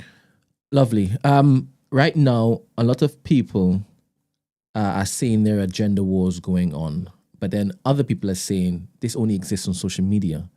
What are your thoughts on that? I think it does only exist. I think it on social media is prominent. I think it's more on social media than it is in real life. But I think the people who are not actively participating don't go on social media to advocate against it. I follow, so because I write about marriage, I get a lot of pages in my algorithm that are about relationships. And you tend to find a lot of people talking about relationships are not in relationships. Like, you know, or so you where are those arguments coming from? Where are those perspectives coming from? What have you had that's making you have that conversation? And then when people are in relationships, what online really benefits of is like I follow like a lot of women will come up that like talk about marriage and how much like this is tough and stuff. It benefits of polarizing opinions. So I could come and say, I love my marriage sometimes it's tough, blah, blah, blah. That doesn't have as much traction. But if you come and you constantly like, I hate this, that's going to have a lot of traction. And as a man, if you come on, I hate this, that's going to have a lot more traction because it's an algorithm-based thing. You know, so the opinions are not balanced. And when there's two polarizing, I never see someone with a middle ground. When there's two polarizing opinions. Interesting. This is good. Do you think, I'm going to kind of roll off a few of the theories that I see on social media, because you're saying that social media doesn't reflect or mirror the real world. Yeah, but it filters into it. That's the problem. That's where the theory starts to filter in, and which is a weird thing, yeah. And I don't want to say it to get cancelled, yeah.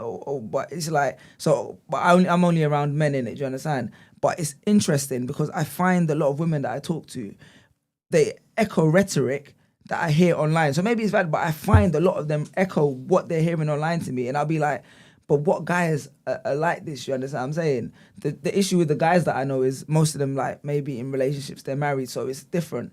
Do you get what I'm saying? But a lot, because like my wife will have younger friends, they'll come up to me and be like, I want to be with guys, but you know, a lot of men don't really like women. And, and I'll be like, where did you hear that? That's the first trope. Black men hate black women. Yeah, and all the black guys I know are with black women. Well, not all of them. Let me not sweep it. Do you understand what I'm saying? But the black guys I know, most of them are married to black women. Yeah. But the black guys I know, not all of them date just black women. Do you understand? Yeah. But I feel like it's scary when someone will echo a rhetoric about a man that I'll hear online. And what's worse now is men start to pick it up as well and echo it as well. Do you get what I'm saying? Like, I'll see men come online and be like, yeah, you know, men don't really like women. And I'll be like, where did this come from? Because in my day to day, maybe I'm not tapped in. I'm not seeing that. I'm not seeing that. So a few days ago, maybe last week, we broke down different, subtle definitions of misogyny. Yeah. Right? Because obviously the overt definition would be a hatred for women. Yeah. But the unseen subtleties of misogyny it goes deeper, right? Yeah. And certain examples and whatnot. And there was a big discourse via Discord that over time, the dilution of the word is causing the problem, right? And more is added to it that shouldn't be seen as misogynistic, right? And we did the same exercise for misandry. What's that? The hatred of men. No one cares about that, bro. You know, no one cares about when you say no one cares No one about cares. that, what do you mean? What do you mean by that? It said that men just get on with life, bro. No one cares. You know what I mean? That's why I did. When you said the word, it was kind of vaguely familiar with me. But how many times have you heard that word online? You get what I'm saying? Does it frustrate you that the same energy isn't had for women? No, I don't care because I think men generally deserve, like, do you understand what I'm saying? I don't think men, we've done anything to help our case. But what I do care about... What did you just say just now? Huh? You said men haven't done anything to help their case. Yeah. What do you mean by that? Because men, like in the sense that, like, man, them are savage. Like, I'm not going to sit here and be like, man ain't savage. I've seen man do something like, right, that was cold. Do you understand What do you mean? Huh? Give me an example. Give you an example. Because when you said initially that you're hearing people say that women say men hate women. Yeah. And you're like, what are you talking about? Yeah. And then you just said men are savage. Yeah. Right? And now you're about to give me examples that they would say, you see? Oh, Look, I get what you're saying. Look. So give me some examples of savagery. No, like in terms of like, I'm trying to think because I'm talking like years back. I haven't been in that kind of, you understand? But in the sense that like maybe like, I don't know, like let me think of an example. I'm trying to think of an example. Do you think, while you're thinking, do you think that women go out there and are irrationally afraid of men based on the lies and misinformation that they pick up from social media? It isn't really like that in real world. You don't have to fear men. Okay. Actually, so I'm detracted from my initial point, which I wanted to mention. But yeah, so in terms of example, like for instance, I had a friend, she's a woman, like this guy's courting her, yeah? The moment they slept together, the moment he just stopped talking to her. Just stopped talking to her. That's savage, bro. You understand what I'm saying? And I only say man then people don't care because we have the upper hand in this. I think men generally have the upper hand in relationships, irrespective of what. I think women have a lot of like power once the relationship is initiated and all that kind of stuff. But in the dating scene, I think men have more of the power. Do you get what I'm saying? Why do you say that? Because there's less consequences for us. Do you get what I'm saying?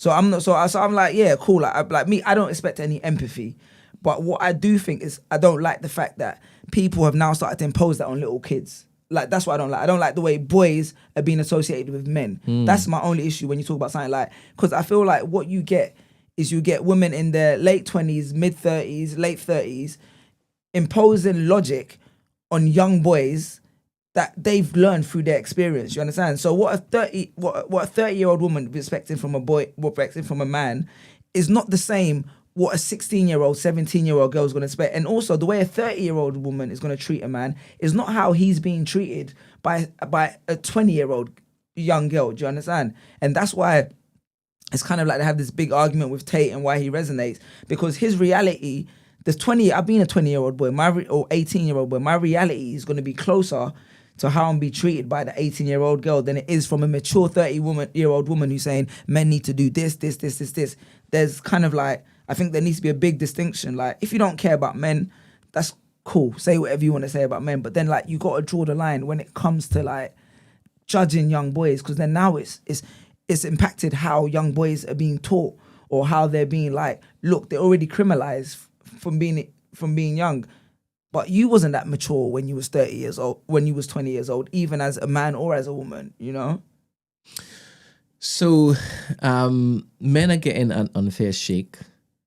And because these young boys are being lumped into the pot that men are in, they are getting also an unfair shake. Yeah, because men will always be fine. Like, I mean, I think as a man, and what is toxic or whatever, bro, you got to get on with life. Whatever they say about you on the internet, you got to keep it moving. Do you understand what I'm saying? Don't you think that is unfair and that's dangerous? As a man? For you to say that men will always be fine, isn't that one of the tropes that has the stats of male suicide and mental health unwellness high? Yeah, 100%. But because of just carry on, they'll be fine. I agree, but the reality is that me empathizing with you on a podcast, yeah, is not going to help when you go out and they don't give you a job at McDonald's, or they don't give you a job at Google or whatever. Do you get what I'm saying? So I can't sit here and say like, yeah, it's really unfair. The society, no matter what people say, society is not built to like to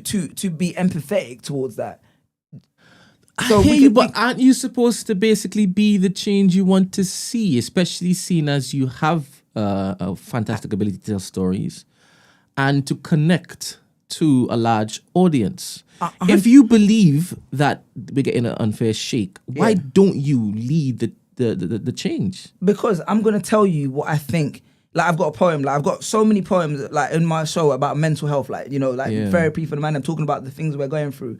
I'm going to tell you that in the context which it matters and which you need to hear it. Do you understand what I'm saying? But I can't now come and make you feel, because I'd be doing you a disservice if I come and tell you that the world is going to be empathetic towards you and you walk out of that door and it's not going to be. No. I'm not suggesting that you look to sell them a lie, right? What Tate is doing, he's doing it loud and proud.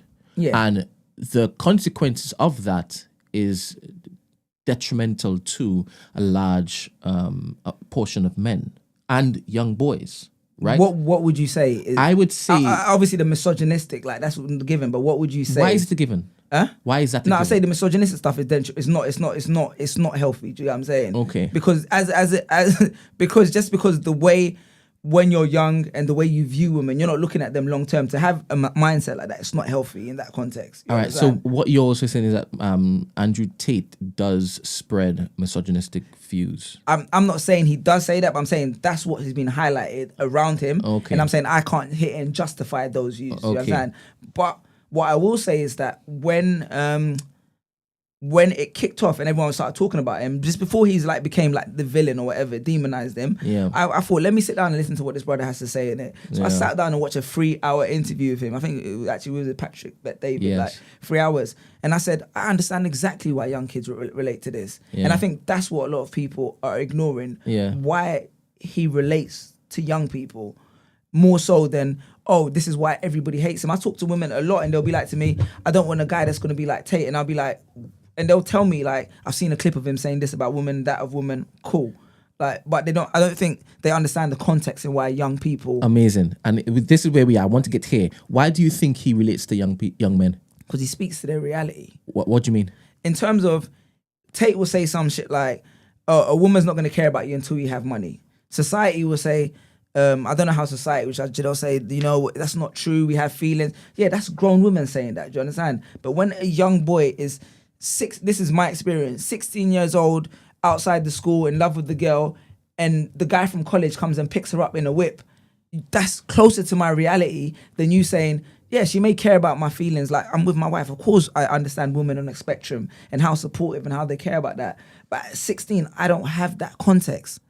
You know what I mean? So the experience that he's given them is so much more relatable to their reality, and he's not condescending them. If you're saying to them like, I'll never sit here and say to my son, oh, don't cry. I say to him, bro, dad cries sometimes, you understand what I'm saying? But if he's at karate and someone hits him and he starts crying, I say, cool, you got cried, suck it up, let's go back and do the kata in the lines, you understand what I'm saying?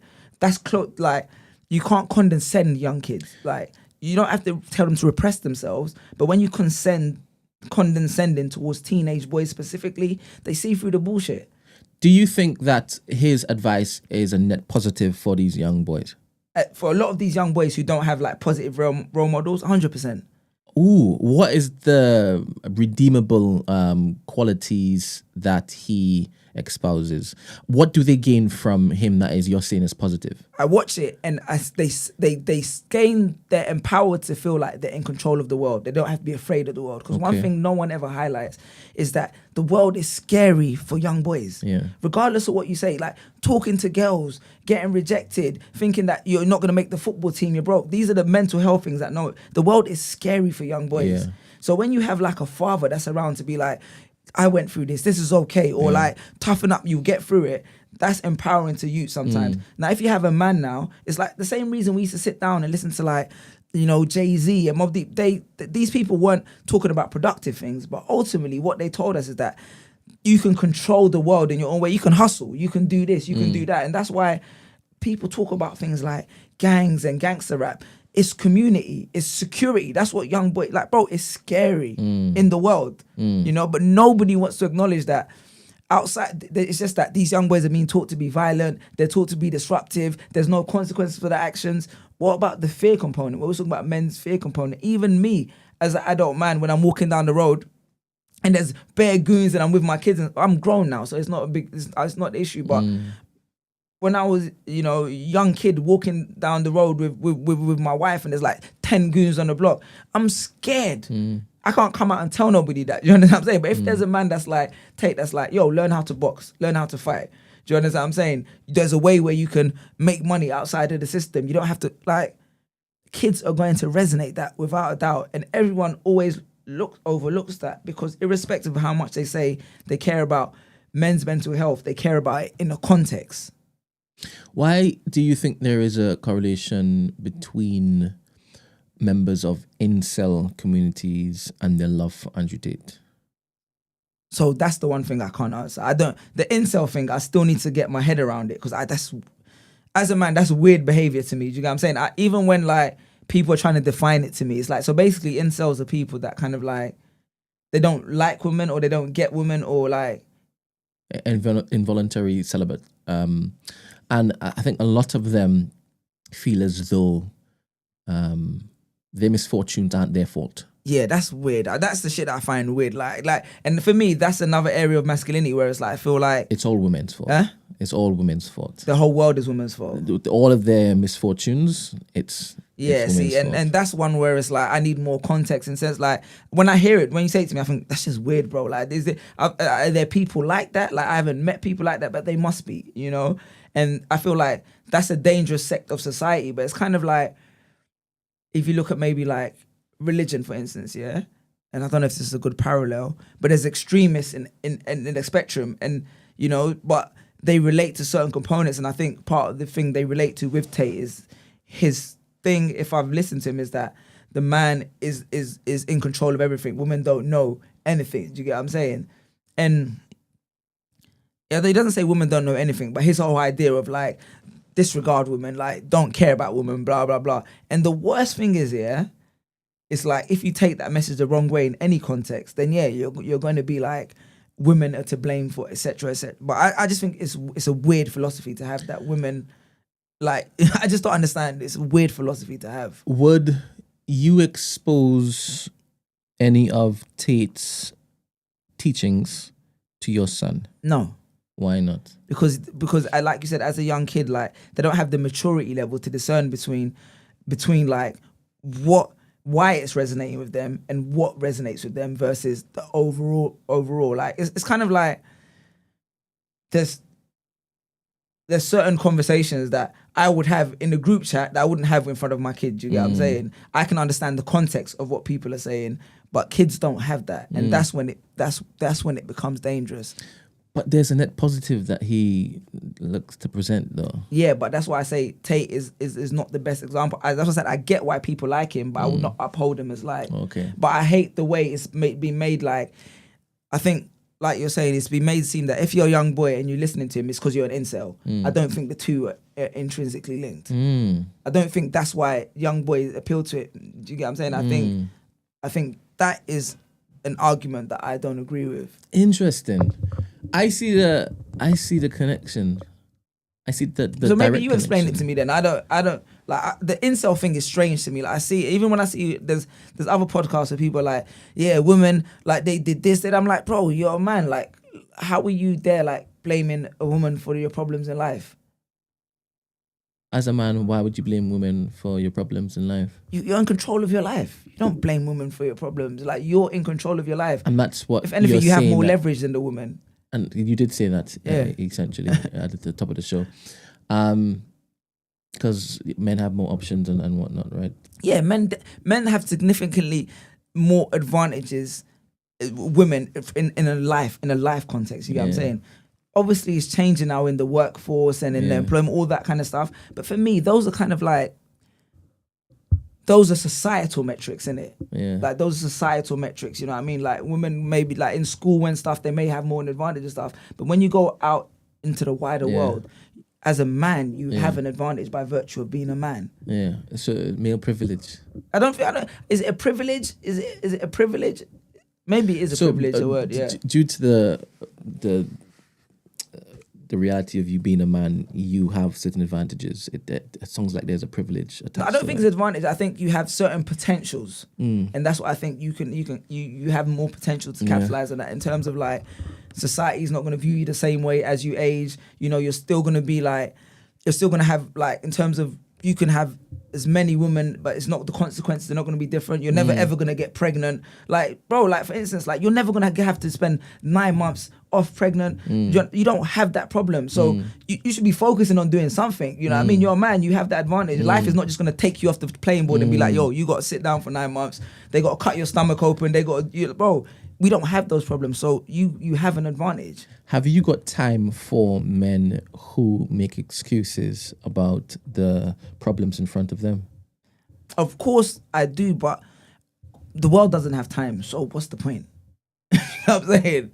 The world don't have time for that. So what is the point? It's like I'll cry about not getting a publishing deal. I could cry that I didn't feel like I was treated right as a man, blah, blah, blah. But when I wake up and turn around, nobody cares. I got to go self-publish my thing. Why do you advocate for men to seek therapy?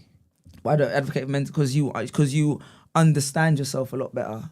You understand yourself a lot better and notice that a lot of the times you're reacting rather than thinking. You're not separating your thoughts from your actions, and you're not separating your thoughts from your actual thoughts versus just like, we have different types of thoughts in our head, innit? Sometimes we're like, they're just things that pop into our head, and sometimes they're actual thoughts, and we're not distinguishing them. And I think therapy helps to do that. So the intrusive thoughts That's the should word. not be kind of bulked in with those considered thoughts that, okay. So you don't lay any claim to the intrusive thoughts in your mind. Huh? You don't lay claim to them. You Of don't course say I do, these are mine. I basically did something to have these thoughts pop into my head. I looked at this, or I entertained this particular thing. Hence, these particular thoughts creeping in. Of course, I'm only human. Of course, I do. But at some point, I have to realize, that I have to distinguish that, because I think I think a lot. I'm a thinker, innit? And at some point, I have to distinguish between like, these are not my thoughts. These, like you said, I have to be like, these are not. But bro, I'd go nuts. You know what I mean? Like, like the amount of things you wake up and you tell yourself in the morning.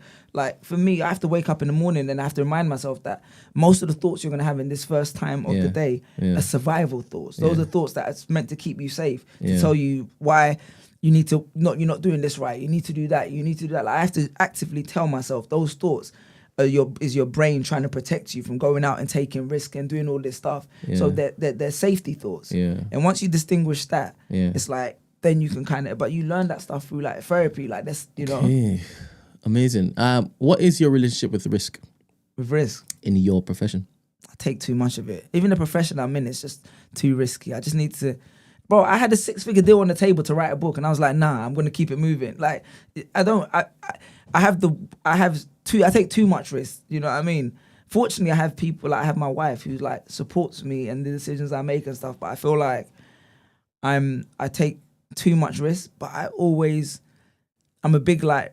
I also get big rewards on the back end. Do you understand? But once I'm going through it, like right now, contacting the publishers, doing all this stuff, I'm flipping stressing. I'm just like, why didn't I just take this book deal, have my stuff on the shelf, go to these book ceremonies, give out these awards? You know, they ask me to judge awards, do all that kind of stuff, like, and be like published author.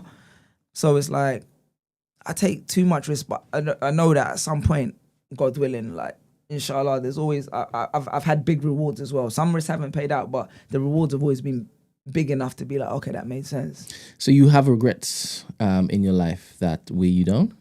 Yeah. Oi. Yeah, I think people like to say, I don't have regrets. I have regrets, but I accept them as regrets. Do you get what I'm saying? I feel like it's a big thing to be like, because I always find myself saying, you know what, if I hadn't done that, then this would never have happened, which is true. And that's how we justify the fact that we regret something. It's always true, innit?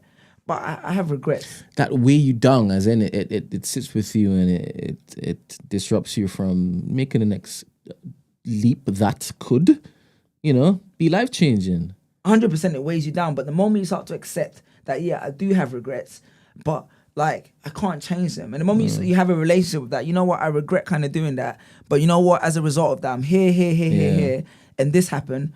So I feel like I got to a phase where I was trying to romanticize the things I regret and be like, that had to happen. But it's like I had to so do I regret not taking the deal? Yeah, I regret not taking the deal, but it meant that now I have an ecosystem where I can publish my own stuff until.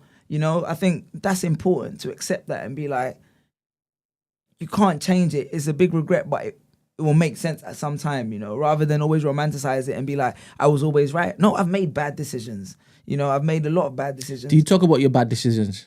In the type of books that you create or the threads that you make, do you share your bad decisions? Not always, no. I'll be honest with you. I'm not that mature. Ooh. I'm not that mature. I like. Do you aspire to be? Yeah. I aspire. You're saying you definitely want to get there. But I aspire to be that guy, the old guy with the grey hair that doesn't give a fuck about what he says.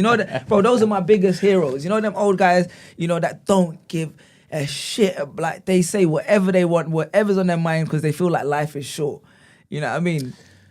Suli, why am I looking to give you my time, right? If you say you don't like when it is, you see all these particular relationship flipping consultants and professionals, right, who've never been in a relationship or are not in a relationship, giving other people advice. Well, I'm going to come to you and you're telling me about the successful path towards a marriage or keeping relationships this, that, and next. If it is, you don't even share your failures with me. Oh, so how can I relate to you? I share enough of them, but not all of them. Do you understand what I'm saying? What do you decide to basically keep back? So I probably share like. Not tell you to share it now, but no, I probably share like. People think I share a lot, overshare, but I probably share like 40% of the things like that. That's happen. a lot. What do you mean? Exactly. 40% is nearly half the stuff in your life. It's true. I should probably like share 40% of the relationship. But yeah, that's quite a lot. But I'll say stuff that I've done in the past, and but I don't share everything because I have to have something to myself. But the internet come for me. Like, even if you say I did this and I made a mistake, they'll come for you. Yeah. Oh, what kind of man was he? Why did you do that? How dare he have that kind of mindset? You get like, you get a lot of that. And the internet is not. There's no rational. It's like, how do I feel?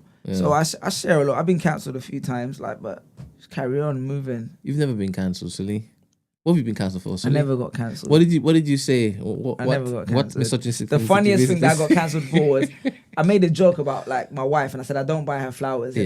Bro, the worst thing is me and her were joking about the day before, and she goes, "Oh, you should write that." Yeah, she's like, "Well, you see how people feel about me, you not buying me flowers." Bro, I've bought my wife. I cannot count how many things I've bought my wife. The receipt would like of the things I bought her would trail down to the road. Like so many, you understand? So I put this on the internet.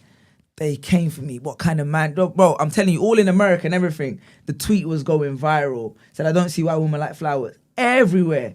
Finish me. People were coming, bro. I can't believe you said that. Like, you know what I'm saying? So I've been cancelled. I was cancelled. Just because you said you don't buy your wife flowers. Imagine that. Okay. And did you say that she likes flowers and then you didn't buy flowers for her? I said, yeah, I said that. Yeah. I said You said asks for that flowers she and I likes don't it, buy but them. Yeah, and I Oh, don't what see the- why what the people... hell? What the hell? So, But you need to remember as well. Listen, yeah. what type of violence is this? No, remember as well. I grew up on a different type of internet as well, where it's like this is why I started to notice shift in the internet, where people look at things. The internet wasn't so big, so people could look at things in context. They'd be like, "Oh, he's just being sarcastic." Do you see what I'm saying? Yeah. Whereas like the internet now is like we're looking for points to attack. And that's when I first time I experienced the being a man writing about marriage. It's kind of like people are waiting for you to say something wrong. Yeah. And that's the first time I really experienced, the internet's like really divided right now. But before it used to be like, I could tweet something, you go back and that's why people have got all these old tweets that get cancelled, but it would only be your friends and stuff following you. And they'd be like, I remember once like, I had a friend in it and he was like, he had a baby and I commented underneath his Facebook like, oh, at least she's not as dark as you. Like, but imagine how wild that sounds now, innit? But I've known this guy since school. We like, you understand? It's not, it's like, we're just bants. Do you understand what I'm saying? Well, I understand as to why it is that the world responded the way they did, because you just said just now, you said your wife likes flowers and you deliberately withhold it from There was her. a joke, so I don't understand. It's a joke. Yeah. By all means, I don't think you Yeah, tacked no, it I like completely a joke. understand. Yeah, I completely, yeah. So it wasn't weird. The example that you gave as to why you shouldn't have gotten cancelled. No. I understand why people had a problem with that. I completely understand that. It's just that I thought the context of the fact that like I write about like my relationship all the time. Yes. I write about all the things all the time and I give it context and I give it weight. So for me to say something like that here, I thought like people that know would have been like, like, come on, like this guy, he like, obviously he's bought his wife flowers. This is just like him just, Yeah. But people took it literal and I realized, there's no context anymore. Yes, because where it goes, they're only seeing seeing that without you understand? Yes. So I thought the context would save me because I write dumb stuff all the time. Yeah. At that point, that's when I stopped writing dumb stuff. Okay. So you definitely advocate for men to get therapy because it helps them learn more about themselves. Would it prepare them or equip them better for this unforgiving world in which it is that we live in? Yeah. Okay, cool. So this new show that you have coming up, what's the focus going to be? What type of stories are you going to be telling? And why should we care about it? Grief. I think as a millennial, we're at the age where you're starting to like lose people like that have been around, like, like my grandma died, I'm talking to my friend, like we're at that age where people like life is starting to hit in it. And my whole thing is always like, I want to be the voice that talks about the experiences we're having and sharing it in a way that you'd be like, you're not alone in it. So I think for me, it's a lot about like mental health, especially from a male standpoint, like kind of like how like we kind of like conceptualize these things. But that's like really the main thing, just like grief and just experiencing life through that lens and realizing that, okay, we're at that stage now. Has the way you handle grief changed as you've grown? Yeah. I mean, first time, that's why I needed therapy. Now I'm a bit more kind of like grown and kind of like accepting it. But I think a lot of people like are coming to the age where they have to start accepting it. I know and people that are losing parents, people are sick, like all these things. I feel like there's no space where anyone's really. We're so busy talking about who pays on the first date and all this kind of stuff. There's no real space where anyone is really looking back and being like, yo, we're really experiencing life. So I'm talking about fatherhood, grief, relationships, and then stuff in the wider world, the context of the wider world, like. How have you felt fatherhood has changed since you have started therapy? It made me. I was in very defensive mode before I started therapy. I was super just like, I need to protect these kids. I need to be different. You understand? It made me kind of realize that I was over projecting, doing too much, like because of my fear of not being good enough. That was like therapy was crucial for that. When you say overprotecting, how was that detrimental to your boys? And then, do you have any girls? Nah, 2 boys. All right. How was it detrimental to the boys? It wasn't detrimental to them, but I feel like it was detrimental to me because I feel like I kind of lost my identity in that. It was kind of like, I have to prove that I'm a good father. I have to prove, you know what I mean? Like yesterday, for the like Thursday, was one of the few times my son had like a choir thing in it. It was just like a 5-minute thing off. That's one of the few times where I was like, I gave myself the opportunity to skip it because I had to do something. Do you understand? But it's like before it'd be like, I'd be beating myself up and be like, how did I let him down? You know what I mean? Like even when I was late to something, I'd be so upset, you know? But I'm starting to understand that I'm trying as a father, you know, and I'm doing what I can. Okay, and has your boys seen the difference in you? Are they old enough to benefit from the new? I think my wife has seen it, and I think it's helped me more, like career-wise and stuff like that. Right? I feel like I don't see them. I feel like it's just the same because I realized that I'm still investing time, but before I was investing it from a place of insecurity, where I was like, in my head, I was like judging myself. Am I doing this right? Am I doing that right? So I don't know if they've noticed it, but I think definitely like my wife, family, etc. When it is that you sit down to write stories, like what does that process look like? And from conception to delivery, now with this event, what are the stages? I hate getting driving because I normally just write when I'm commuting. So if I'd taken the train here, I would have just got some stuff, that's it. And then now I'm going to go home refining some of them. I've got like 2 pieces that still actually need to be refined. Then I'm going to spend the next few days just like actually delivering them, like making them into, like there's a different stage between writing, editing, refining, then you perform. When you perform it, you editing it again. And then when you perform it the first time, which I hate about the show is that it's going to be the first time I'm performing some of these pieces. That's never going to be the best version of them. They're going to be better later. Because you've felt them. You start to make more sense. People have felt them. And then that's why I kind of like comedians always work their jobs until it's, you know. So yeah, that's a bit frustrating. I've always been fascinated with people's ability to retain information, right? But when it comes to like rappers and poets who obviously they've memorized their stuff so much so that they delivered it. Like how does one do that? Can one learn how to do that? Nah, I have a gift. I'll tell you this. Well, I've done things where I've remembered stuff on the day, the whole thing, and then remember. You know, I mean, even now I still need to remember. And I didn't think I had a gift. I used to think like until I had my boys. Some of the things this boy remembers, I'm like, how the hell did you remember that? Like, and I'm looking at him in awe to be like, how did you? And my wife always used to say, you know, you have a great way of like remembering, like. And I used to be like, nah, I just spent like, I thought it was normal. But then when I had my boy like Nazareth and he remembers stuff, and I'd be like, how the hell did he remember that? So I think maybe it's just like, you know, and my dad is like the best liar I've ever met. You know what I mean? And he always remembers who he lied to. So I definitely think it just comes like, I have something that makes it, I'm able to do it on that level. Like, I hate to be that person to be like, it's just talent, but I have to acknowledge it because I've seen it in him and be like, how does he remember these things? How was your relationship with your father? Huh? How was your relationship with your father? It's great. It was great. My parents spent a lot of time in Ghana, so they were back and forth, if that makes sense. I do feel like there was times where, formative years, where you wish they were around more, but, you know.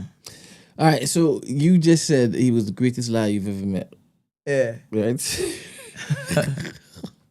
How am I supposed to receive that comment? So in terms of he was so in terms of storytelling, in terms of fantasy force, like so not like oh, I'm gonna buy you this toy. I'm not. No, he was he'd meet someone, he'd meet you, and he'd be like, you'd be like, where are you from? He'd be like, oh, that's where you're from. He goes, I remember like I used to have a friend from there, you know. So I remember I did construction. One of my first jobs while I was in uni was doing construction, and he used to work at that place, so he got me the job there when he left.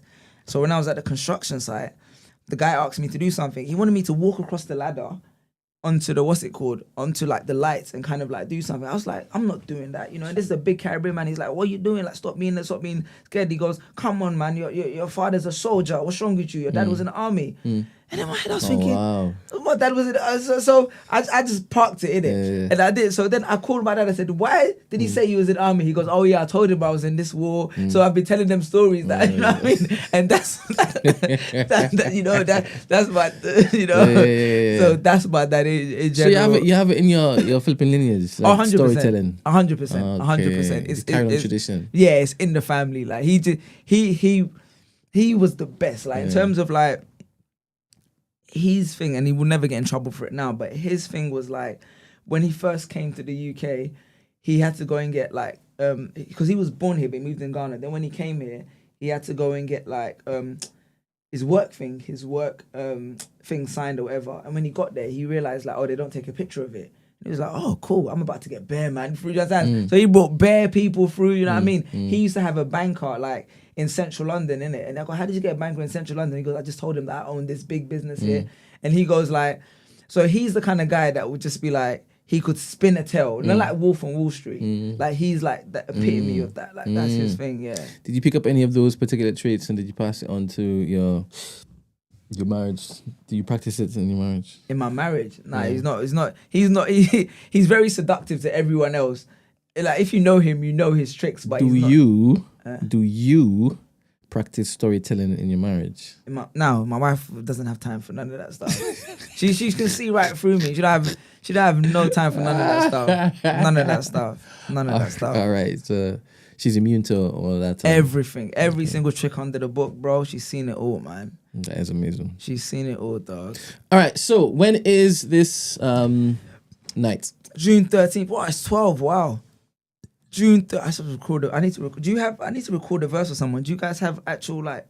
Could I record audio in here? Mm-hmm. Oh, June 13th, Friday. June 13th, next week, Friday the 13th. Friday the 13th. Yeah, that's not good. I don't believe in that stuff.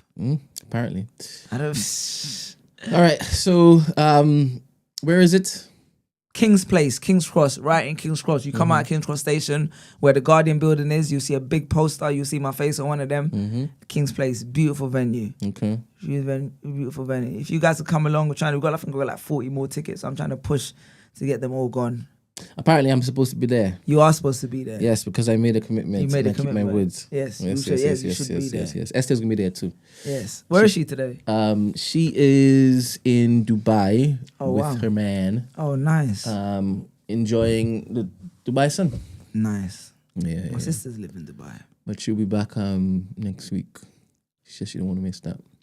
Yeah. All right.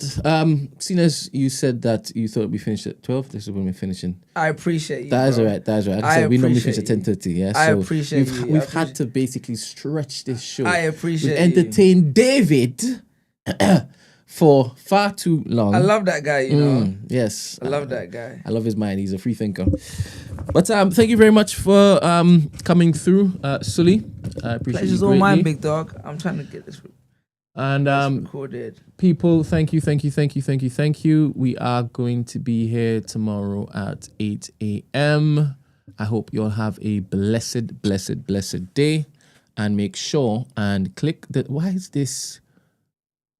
Somebody's put a different. I pinned your event thingamajiggy at the top, and somebody's changed it to Life of Bodge. Trick Williams stole that. What's that? I don't know. I have moderators that basically do things. Oh, why did they do that? They've done something. You should see this piece. Can I show this piece that I just... Yes, please. Yes, so I got this video. I just put it on TikTok, yeah? They won't be able to see it, will they? Yes, Let me show you this, though. Look. I don't know why I did this. I did this Is it on TikTok? Yeah, but I want to show you. I did this like a year ago, yeah? And I saw it like 3 years ago. And I saw it in my folder the other day. And I was like, the embarrassing things you do. So look, yeah. Do you want them to see this too? Oh, can they see it? Yeah. How? If you just send me this, my email is brent.thrust. It's so embarrassing. I don't know why I did it, but I just thought, you know what, let me upload it. Who cares?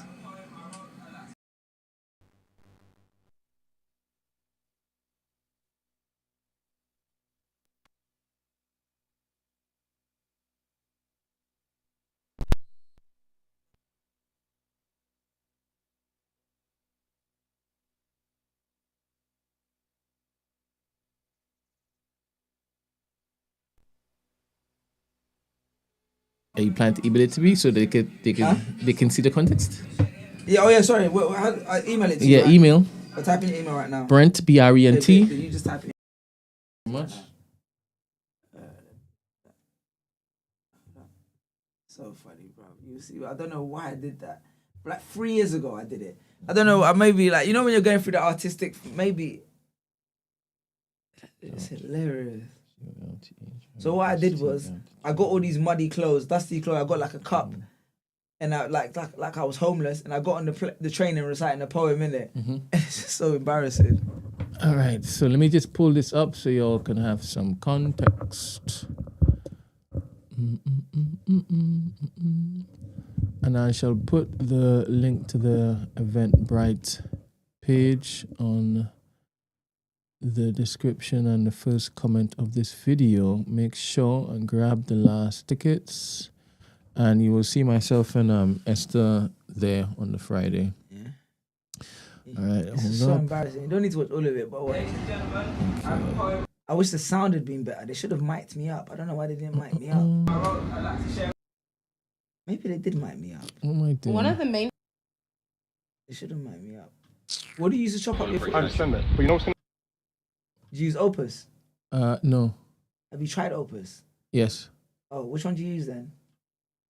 I'm a whole flipping video editor. Yeah, but how long ago did you use Opus? I tried it out 2 years ago. Yeah, same here. I tried it out that time and I was like, this is rubbish. No, I know how everybody uses it. Oh, it's so good now. I didn't know that. There are many other AI sites that basically just have to Sometimes it's not about how hard you work, it's about who you know. You think I didn't study hard, go to a good university, against all odds I got a 2-1. You know, sometimes it's not about what you overcome. The next station is exit. Life is hard. Life don't care Yeah, I know you edited it. I didn't know that you enjoyed doing it though. It's not roller coaster. You know, we're playing this for them, but you're also talking over it, so they can't really hear what you're saying. Oh shit! Yeah, it's playing. Carousels, kids playing and laughing. How dare you look down on me? Because I wasn't dealt the greatest hand. Don't you think I tried? Don't you think I hustled? Don't you think I grinded? Turned up to every appointment on God's timing. But life is tough. Sometimes it don't matter how much you put in. Look at my parents, they spent years jogging, only to have their struggles inherited by their children. Life. Okay. Sometimes I wonder if God has failed us. They say I just speak into existence. There comes like you're not even trying to listen. Listen, you gotta come out of that vacuum of letting your regulars gas you and say, fam, that's you. I used to think it would happen for me because I had a dream about it, wrote a tweet about it. The reality is, why everybody walking on this earth's surface, are you the one that deserves this? Life is tough. Watch this. Walk off here. Watch this.